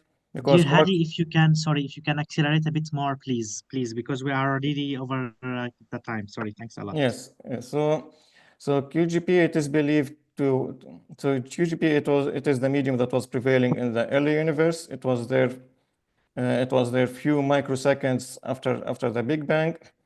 And this QGP, we can produce it in the lab, mainly in heavy ion collisions. So understanding this QGP in heavy ion collisions gives us insight into the early universe and the strong force. Now my involvement in the OpenVQA. So OpenVQA, as everybody know, it is an open source project for developing variational quantum algorithms. These algorithms are designed for noisy intermediate scale quantum devices and useful for real world applications. I'm involved in the OpenVQA as an external scientific advisor, mainly helping connect physics use cases with quantum computing tools. OpenVQA is also a community bringing together researchers, developers, hardware experts to shape the future of quantum softwares. So then from high energy physics to quantum innovation, as a particle physicist, I see many similarities between the problems we study in physics and the kind of systems quantum computers aim to solve. OpenVQA here reflects the idea that progress happens when different fields work together, like physics, chemistry, computer science, and engineering. And then I believe that tools like the OpenVQA will help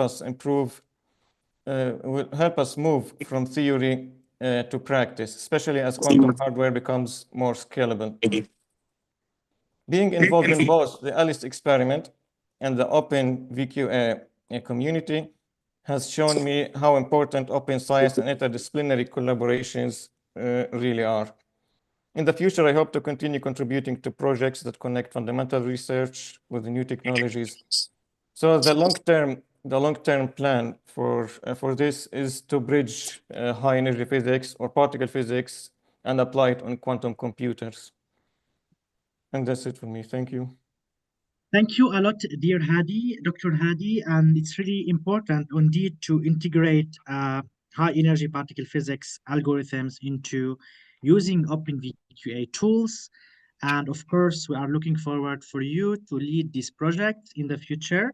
And I can share you an article how some people, they already have thought about implementing models, high energy particle physics, QED, QCD, electroweak theory into quantum computing language, and how far it's important to simulate these models using a quantum computer. So quantum computer, again, is going to be a solution also for high energy particle physics models in the future.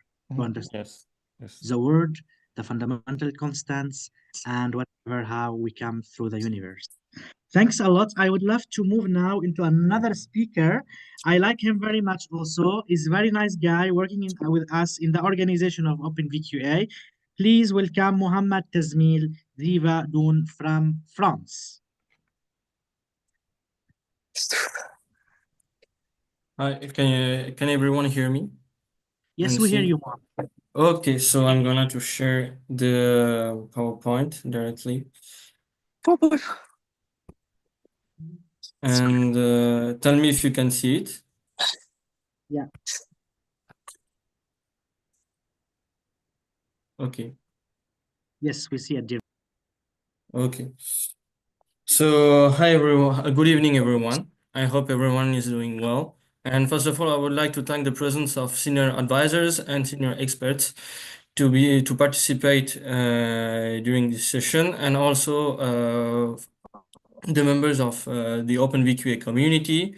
And I would like to thank the people who are around the world who are following this session. So before to go ahead, I just want to start by introducing as a teaser the field of my studies. So I just want to quote a reference quote. And if you know the name of this person, you can directly put on the chat. Will you believe me that there is a person who said that why cannot we write the entire 24 volumes of the Encyclopedia of Britannica on the head of a pin? Do you know the name of this person? Okay, Feynman? I can go ahead. It is Richard Feynman, a big I told you scientist. Feynman. Richard Feynman, who works on the quantum electrodynamics and initiates, and he was the pioneer of the quantum computing concept through the quantum mechanics theory. And so, as you can guess it, so my topic is going to deal with from materials to quantum technologies, and my name is Mohamed Tazmil Ziavuddin, as well as you Dr. Haidar told. And just to introduce a little bit about myself, I'm currently a second-year master's student in functional materials and in nanoscience at Sorbonne Paris University. I'm currently doing an internship at Albert Fort Laboratory located near to the University of Paris-Saclay. So Dr. Telmidi, I think that he knows about the university because he has studied at Paris Sud University. And my research topic is about ferroelectric nitrides for quantum applications. So just to talk about my experiences quickly.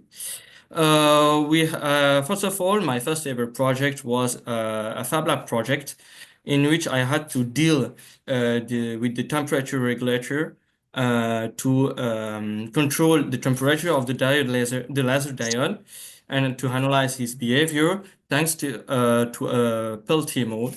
Then I have also done an internship with the supervisor called Dr. and Professor Jean-Philippe Carr, who is also the supervisor of Dr. Haidar during his PhD, but he was my supervisor during my last year of internship during my bachelor studies. And I worked on the H2+ modeling using Schrödinger equation to create and develop algorithms to study on the electronic states. And I have also made last year an internship at Laboratoire Physique des Lasers at Villetaneuse in Bose-Einstein condensate. And the topic was to study on the trapped cold atoms with a CMOSFET quantum sensor, just to study and to optimize the optical power from the output of a fiber optic. So now, why I wanted to participate to this community. So first of all, in this community, I am handling all the works and tasks related to negotiation, making collaboration with all companies and medias to make videos, ads, and to promote our works. So all the works from the community. And I have also some ideas, and specifically to work on some topics as well with Dr. Metayrek in the future on optical nonlinear opticals. And also I wanted to initiate a new work, and this new work is going to be through the quantum algorithm for ferroelectric materials, because it introduces directly my internship and OpenVQA Hub by using the package of OpenVQE. And the main goal is to bridge real materials quantum simulation using variational algorithms. I cannot go deeper on details because it is a little bit confidential between my internship in the laboratory and also the work through the community. And just to give you a small picture, this is a picture that I have made through Vesta software, in which you can directly use a CIF document.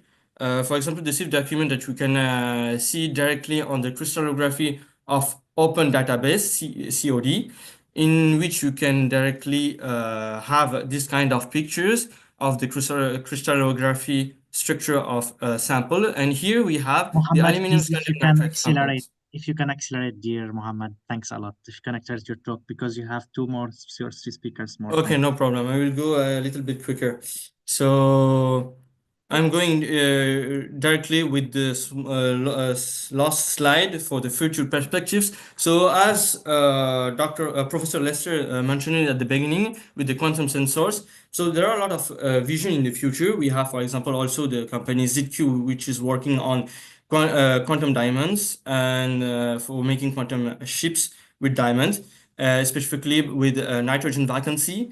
And so directly we have some applications with quantum principles for early disease detection. So if we talk about working on the neural systems, we can, for example, detect the blood clot. So on a normal disease presence thanks to study the neural system through the brain. And we have also the design advanced quantum sensors for biomedical use. And we have the possibility to explore in the future imaging of living tissues with quantum enhanced techniques. And the main vision is to connect open science with real quantum societal challenges. So just to end my presentation, I would like to thank the whole community of OpenVQA Hub, and also the presence of senior experts and advisors who can also contact me through LinkedIn if they want more information about my works, my experience, and other things like that. And I would like to finish by thanking Dr. Haidar to let me part of this OpenVQA Hub community. Thank you to everyone.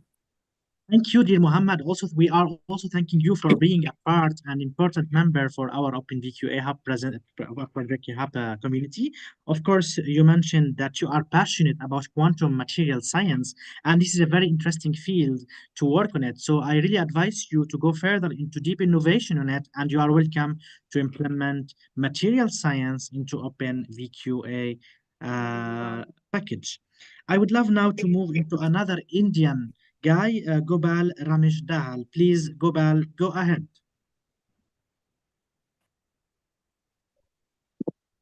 Hi, can you hear me? Yes, we hear you.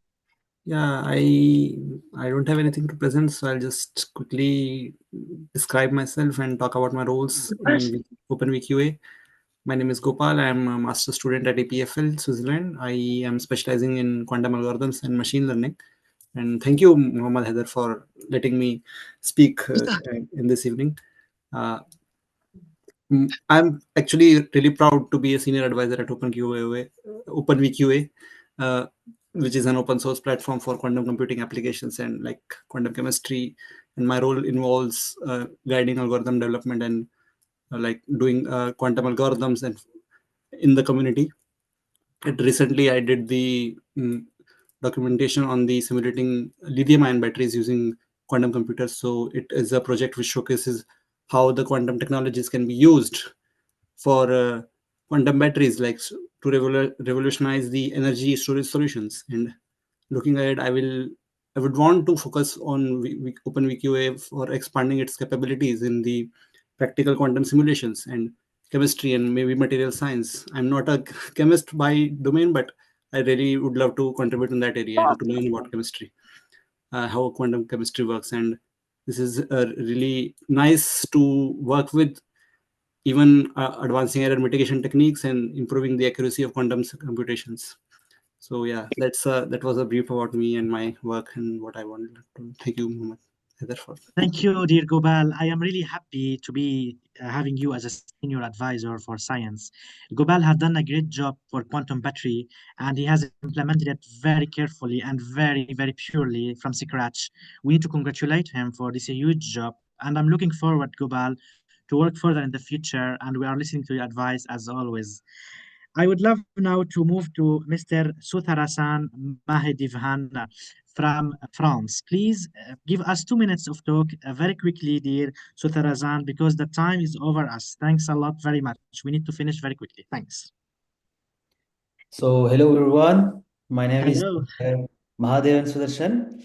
I'm currently a team leader at Amazon France in a logistic team. Sorry. So my background is I've done a master degree in nanophysics, actually, from the University of Grenoble. I do my master one in general physics at Paris-Saclay, and I work on theoretical physics with at the LPS, Laboratoire of Physique des Solides, with Dr. Henricus about liquid crystals. And I do my M2 project in neurophysics, actually, about the displacement of kinesins into microtubules under some stochastics problems. So the main thing of why I'm here is because I contacted Dr. Haidar about my interest in to learn quantum computing, and he said to me that he have a project about OpenVQA and all that stuff. So I'm a beginner at this. My goal is to implement and code human system of thinking with some Hamiltonians and other stuffs, and try to do some work with OpenVQA. Why it's important for me? Because OpenVQA and OpenVQE serve as a bridge technologies for me. One bridge questions and semantic representations, and the other bridge quantum mechanics and optimization. Yes, I think that I can help to implement in that. Yes, thank you very much. Thank you, dear Sultan Hassan. I am really happy to see your contribution and your enthusiasm about contribution. And I'm feeling that there is something very interesting on your brain. You shared me some ideas about how to integrate quantum brains through Hamiltonians to learning into artificial intelligence using quantum computing. So I'm looking forward for more insightful ideas and looking forward to see you very soon in person in Paris. Thanks a lot. I would love now to move into another Lebanese enthusiast, Hossein Shiri. He also did a great job in OpenVQA. So please welcome Hossein, and you have 2 minutes to speak also very quickly as well in order to move to others. Thanks a lot. Hello, can you hear me well? Yeah. Okay, so I will share my screen. I have only 3 slides, so I will be fast. Okay, so first of all, I'm going to start with some introduction and interest. So why we use a quantum computer?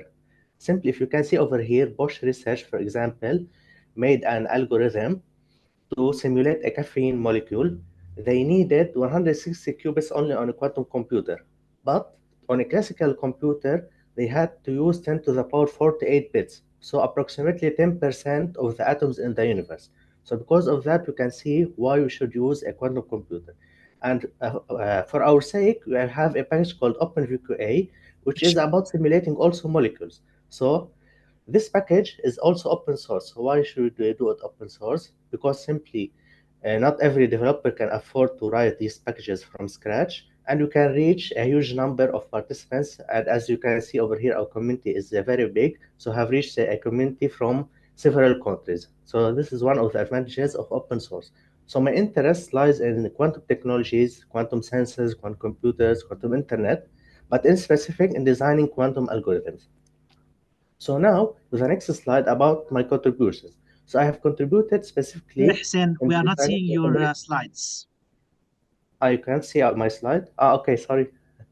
Yes, I forgot to share my screen, so sorry for that.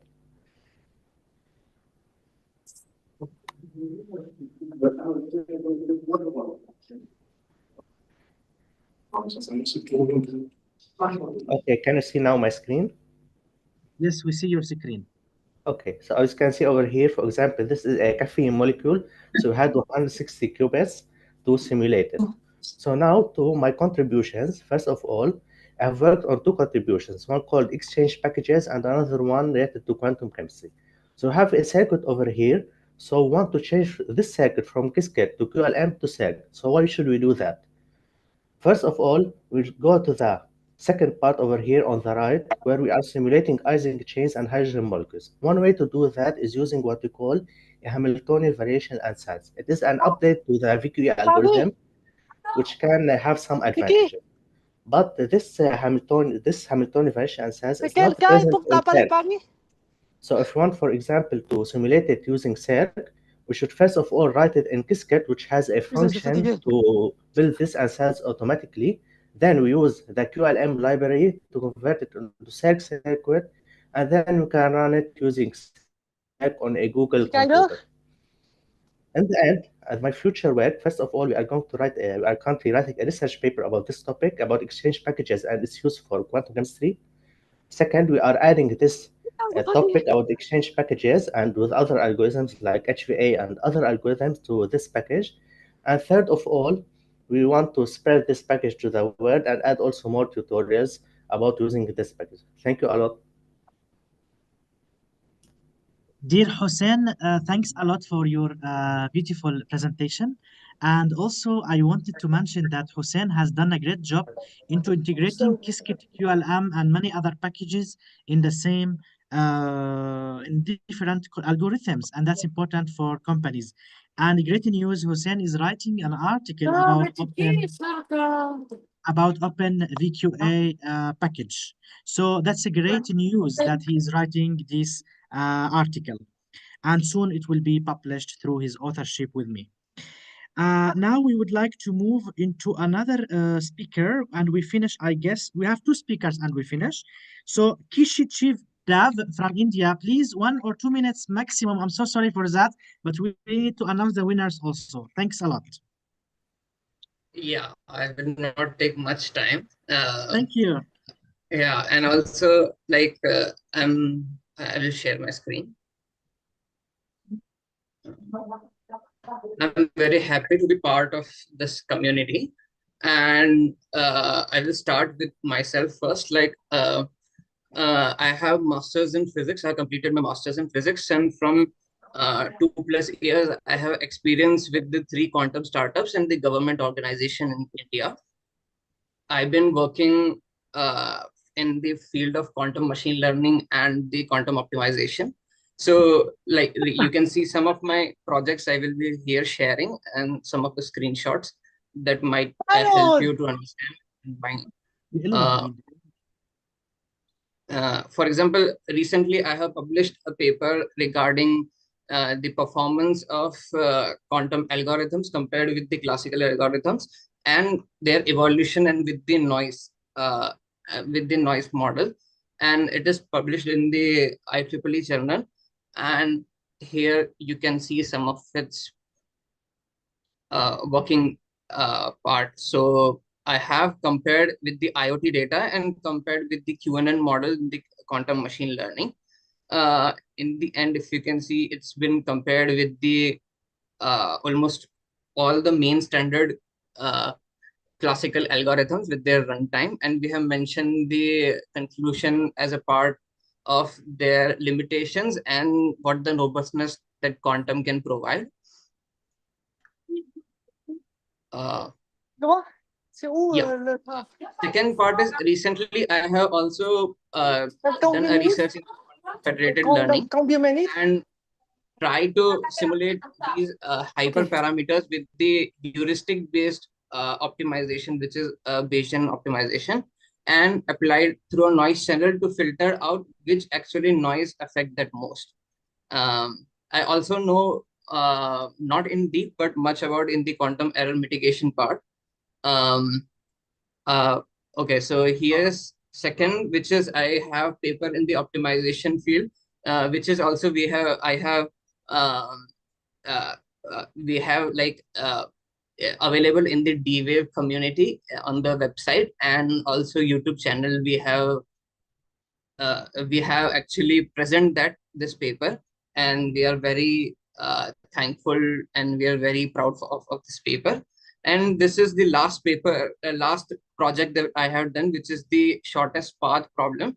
So for example, if you can see this is the screen, for example, here.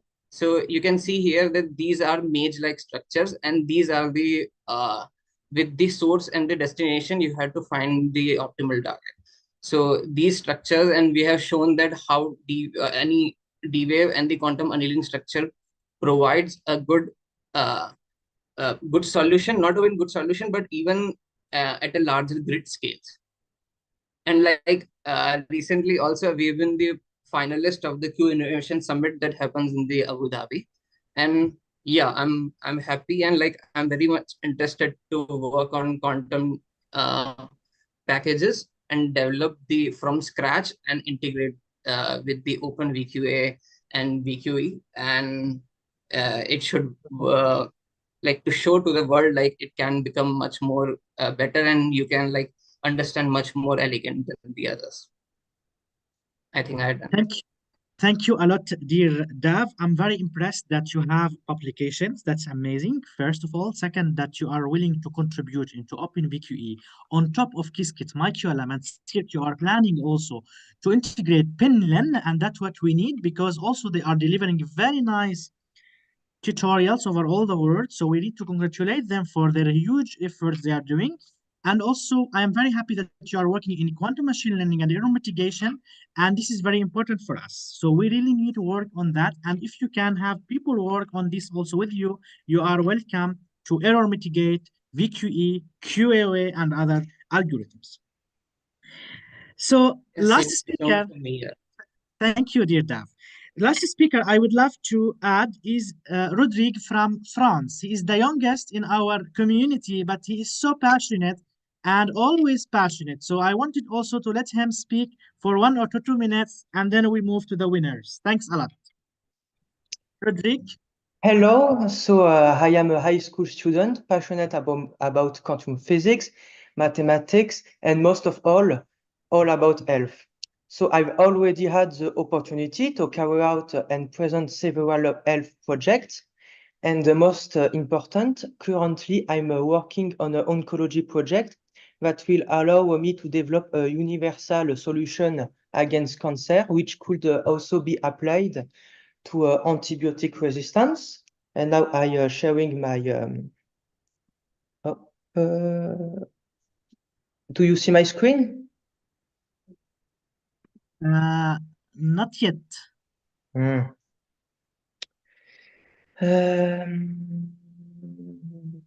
Take your time. And Yes, now we are seeing it, of course. So the project is is a novel strategy inspired by natural biological process to neutralize tumors and preempt resistance mechanism. This approach combines advanced biotechnology with cutting-edge computational tools to deliver safer, more effective treatment. So my project focuses on the complete elimination of cancer is a universal solution to remove it from our lives interiorly.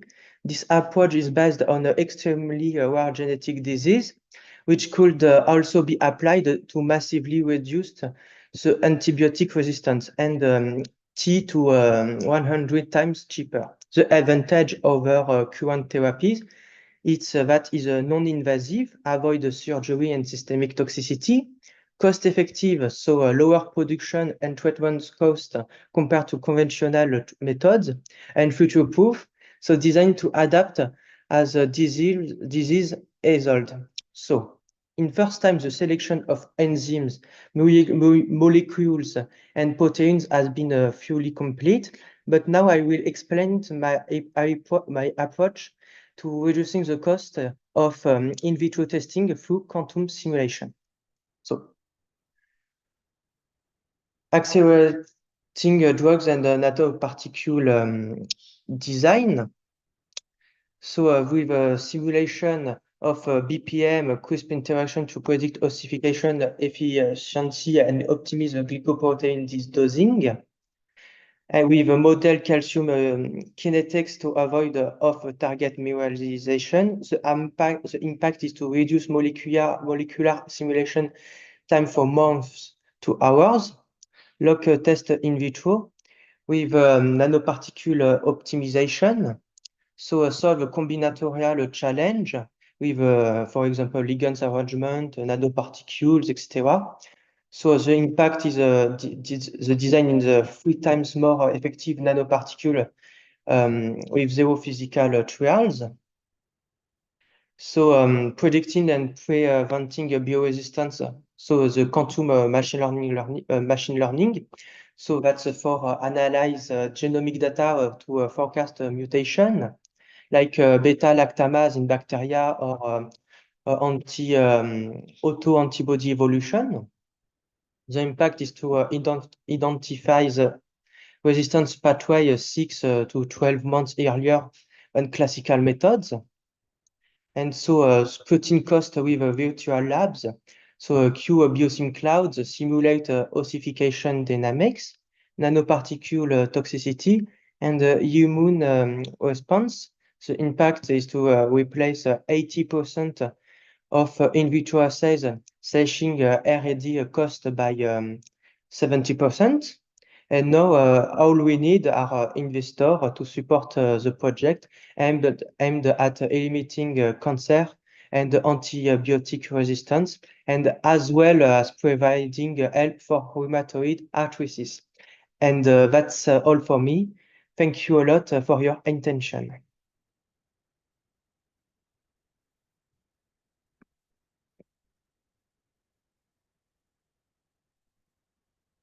thanks a lot, dear Rodrigue, and I'm very happy for your passion. Continue and continue and continue. And of course, you could have also a lot of advice from the external advisors who are with us, Renaud or Murad or Alex or Professor Lester. All of them, they can help you if you need any advice in the future.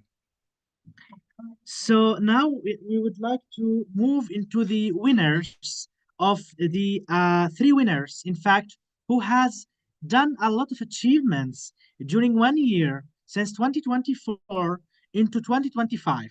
So they have been really working hard, and it doesn't mean that the other members, they doesn't deserve this winning, but certainly we have had a lot of discussion with experts, and then we decided to give ownership for 3 rewards. First winner, €200, second winner, €150, and third winner is €100. And the rest of the community members will gain €50. So let me share the winners, and based on that, I will speak on each winner, what he has done in his achievement, and I hope it will convince the experts that they are winning it. So the winners are there. So the first winner is Hubin Tran. Congratulations, Hubin from Vietnam. So Hubin has shown exceptional commitment since 2024.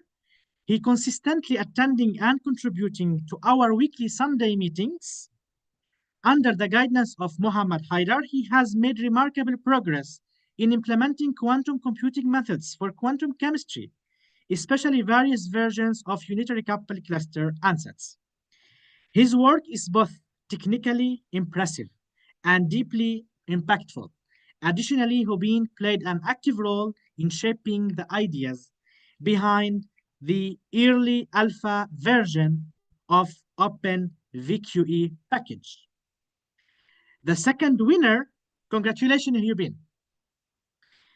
The second winner is gonna be from Lebanon, Hussein Shiri. Hussein, congratulations. You have had amazed the community since your coming. You have a rapid and accurate implementation of quantum algorithms. We were impressed.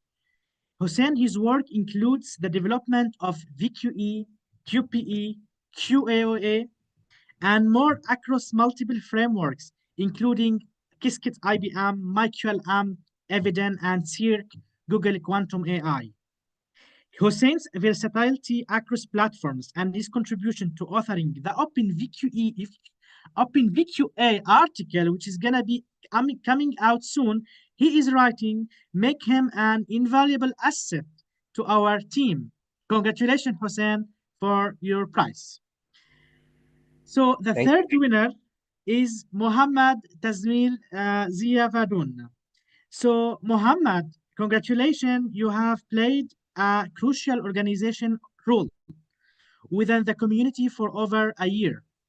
You have been instrumental in managing the member onboarding. You have hired a lot of people inside the community.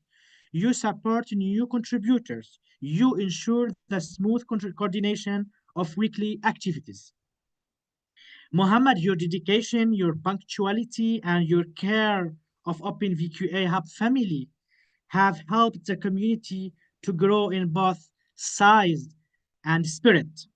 Congratulations for the winners, and we are looking forward for the other members in the community also to earn each €50 as well. And I'm hoping to have more contributors in the future, adding more additional impact, having more prizes. Last but not least, also, I would love to thank the Group Laureate for sponsoring our community, and we have, thanks to them, we have had the budget to offer winners, and in the future we will have more sponsors, and surely you are going to have even better and better winning prizes with further value. Thanks a lot, guys. And now I would like to thank and closing the remarks of the World Quantum Day. So let me speak 2 minutes and we are going to finish. Please, ladies and gentlemen, all of you appear in your photos in order to take a whole picture, make pictures, starting from now if you want, to celebrate the World Quantum Day, and also to thank the highly experts who presented a huge presentation. Dr. Lister, you start from you first. Thanks a lot for the amazing presentation. Dr. Renaud also, Dr. Murad, Dr. Walno, and also Dr. Alex, and also Dr. Bakr, and as well as the Dr. We have Mr. Renaud, so I don't think anyone. So thanks a lot for your coming and your sharing with us, and we will need you experts in the future to engage with you further. So let me talk 1 or 2 minutes and we end up the World Quantum Day. Please, you can open your profiles to celebrate and show your faces. So ladies and gentlemen, as we bring this celebration of the World Quantum Day to a close, I want to take a moment to express out our deepest gratitude to all of you, our distinguished speakers, contributors, and guests for your presence, for your insights, and most importantly, your shared passion for shaping the quantum future. Today, we witnessed not just the power of quantum computing as a scientific frontier, but also as a collaborative human endeavor. From pioneering algorithms to real-world applications, from theory into implementation, you have reminded us that progress in this field is not built by machines alone, is built by communities like ours, united by curiosity, integrity, and purpose. We are proud of what the OpenVQA Hub has started, but we are even more aware that this is only the beginning. As we look forward, we know that strong mentorship and global perspectives are essential to our continued growth. And so, in the spirit of collaboration and openness that defines the quantum world, we would be truly honored to ask, would you be willing to serve as external advisors to our community to guide us as we evolve, innovate, contribute meaningfully to the quantum global ecosystem? Your wisdom and presence today have been deeply impactful, and your guidance would mean a great deal, experts, and we expand both in our vision and in our mission. Let us continue to learn from one another, build across borders, and imagine boldly. On behalf of the entire OpenVQA Hub, thank you, and may the quantum journey ahead be one we walk together. Happy World Quantum Day 2025. Thank you, guys, and have a nice day. Let's celebrate. Thank you. Thank you, everyone. Bye-bye. Okay, bye-bye. Thank you very much. It was a pleasure. Huh? Count on me for everything you need there. Thank you, dear Lister. Thank you. Thank you, everyone. Bye-bye. Bye-bye. Bye. Goodbye, everyone. Goodbye, everyone.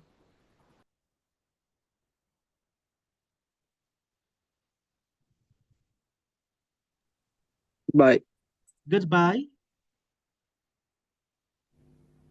Goodbye. Goodbye.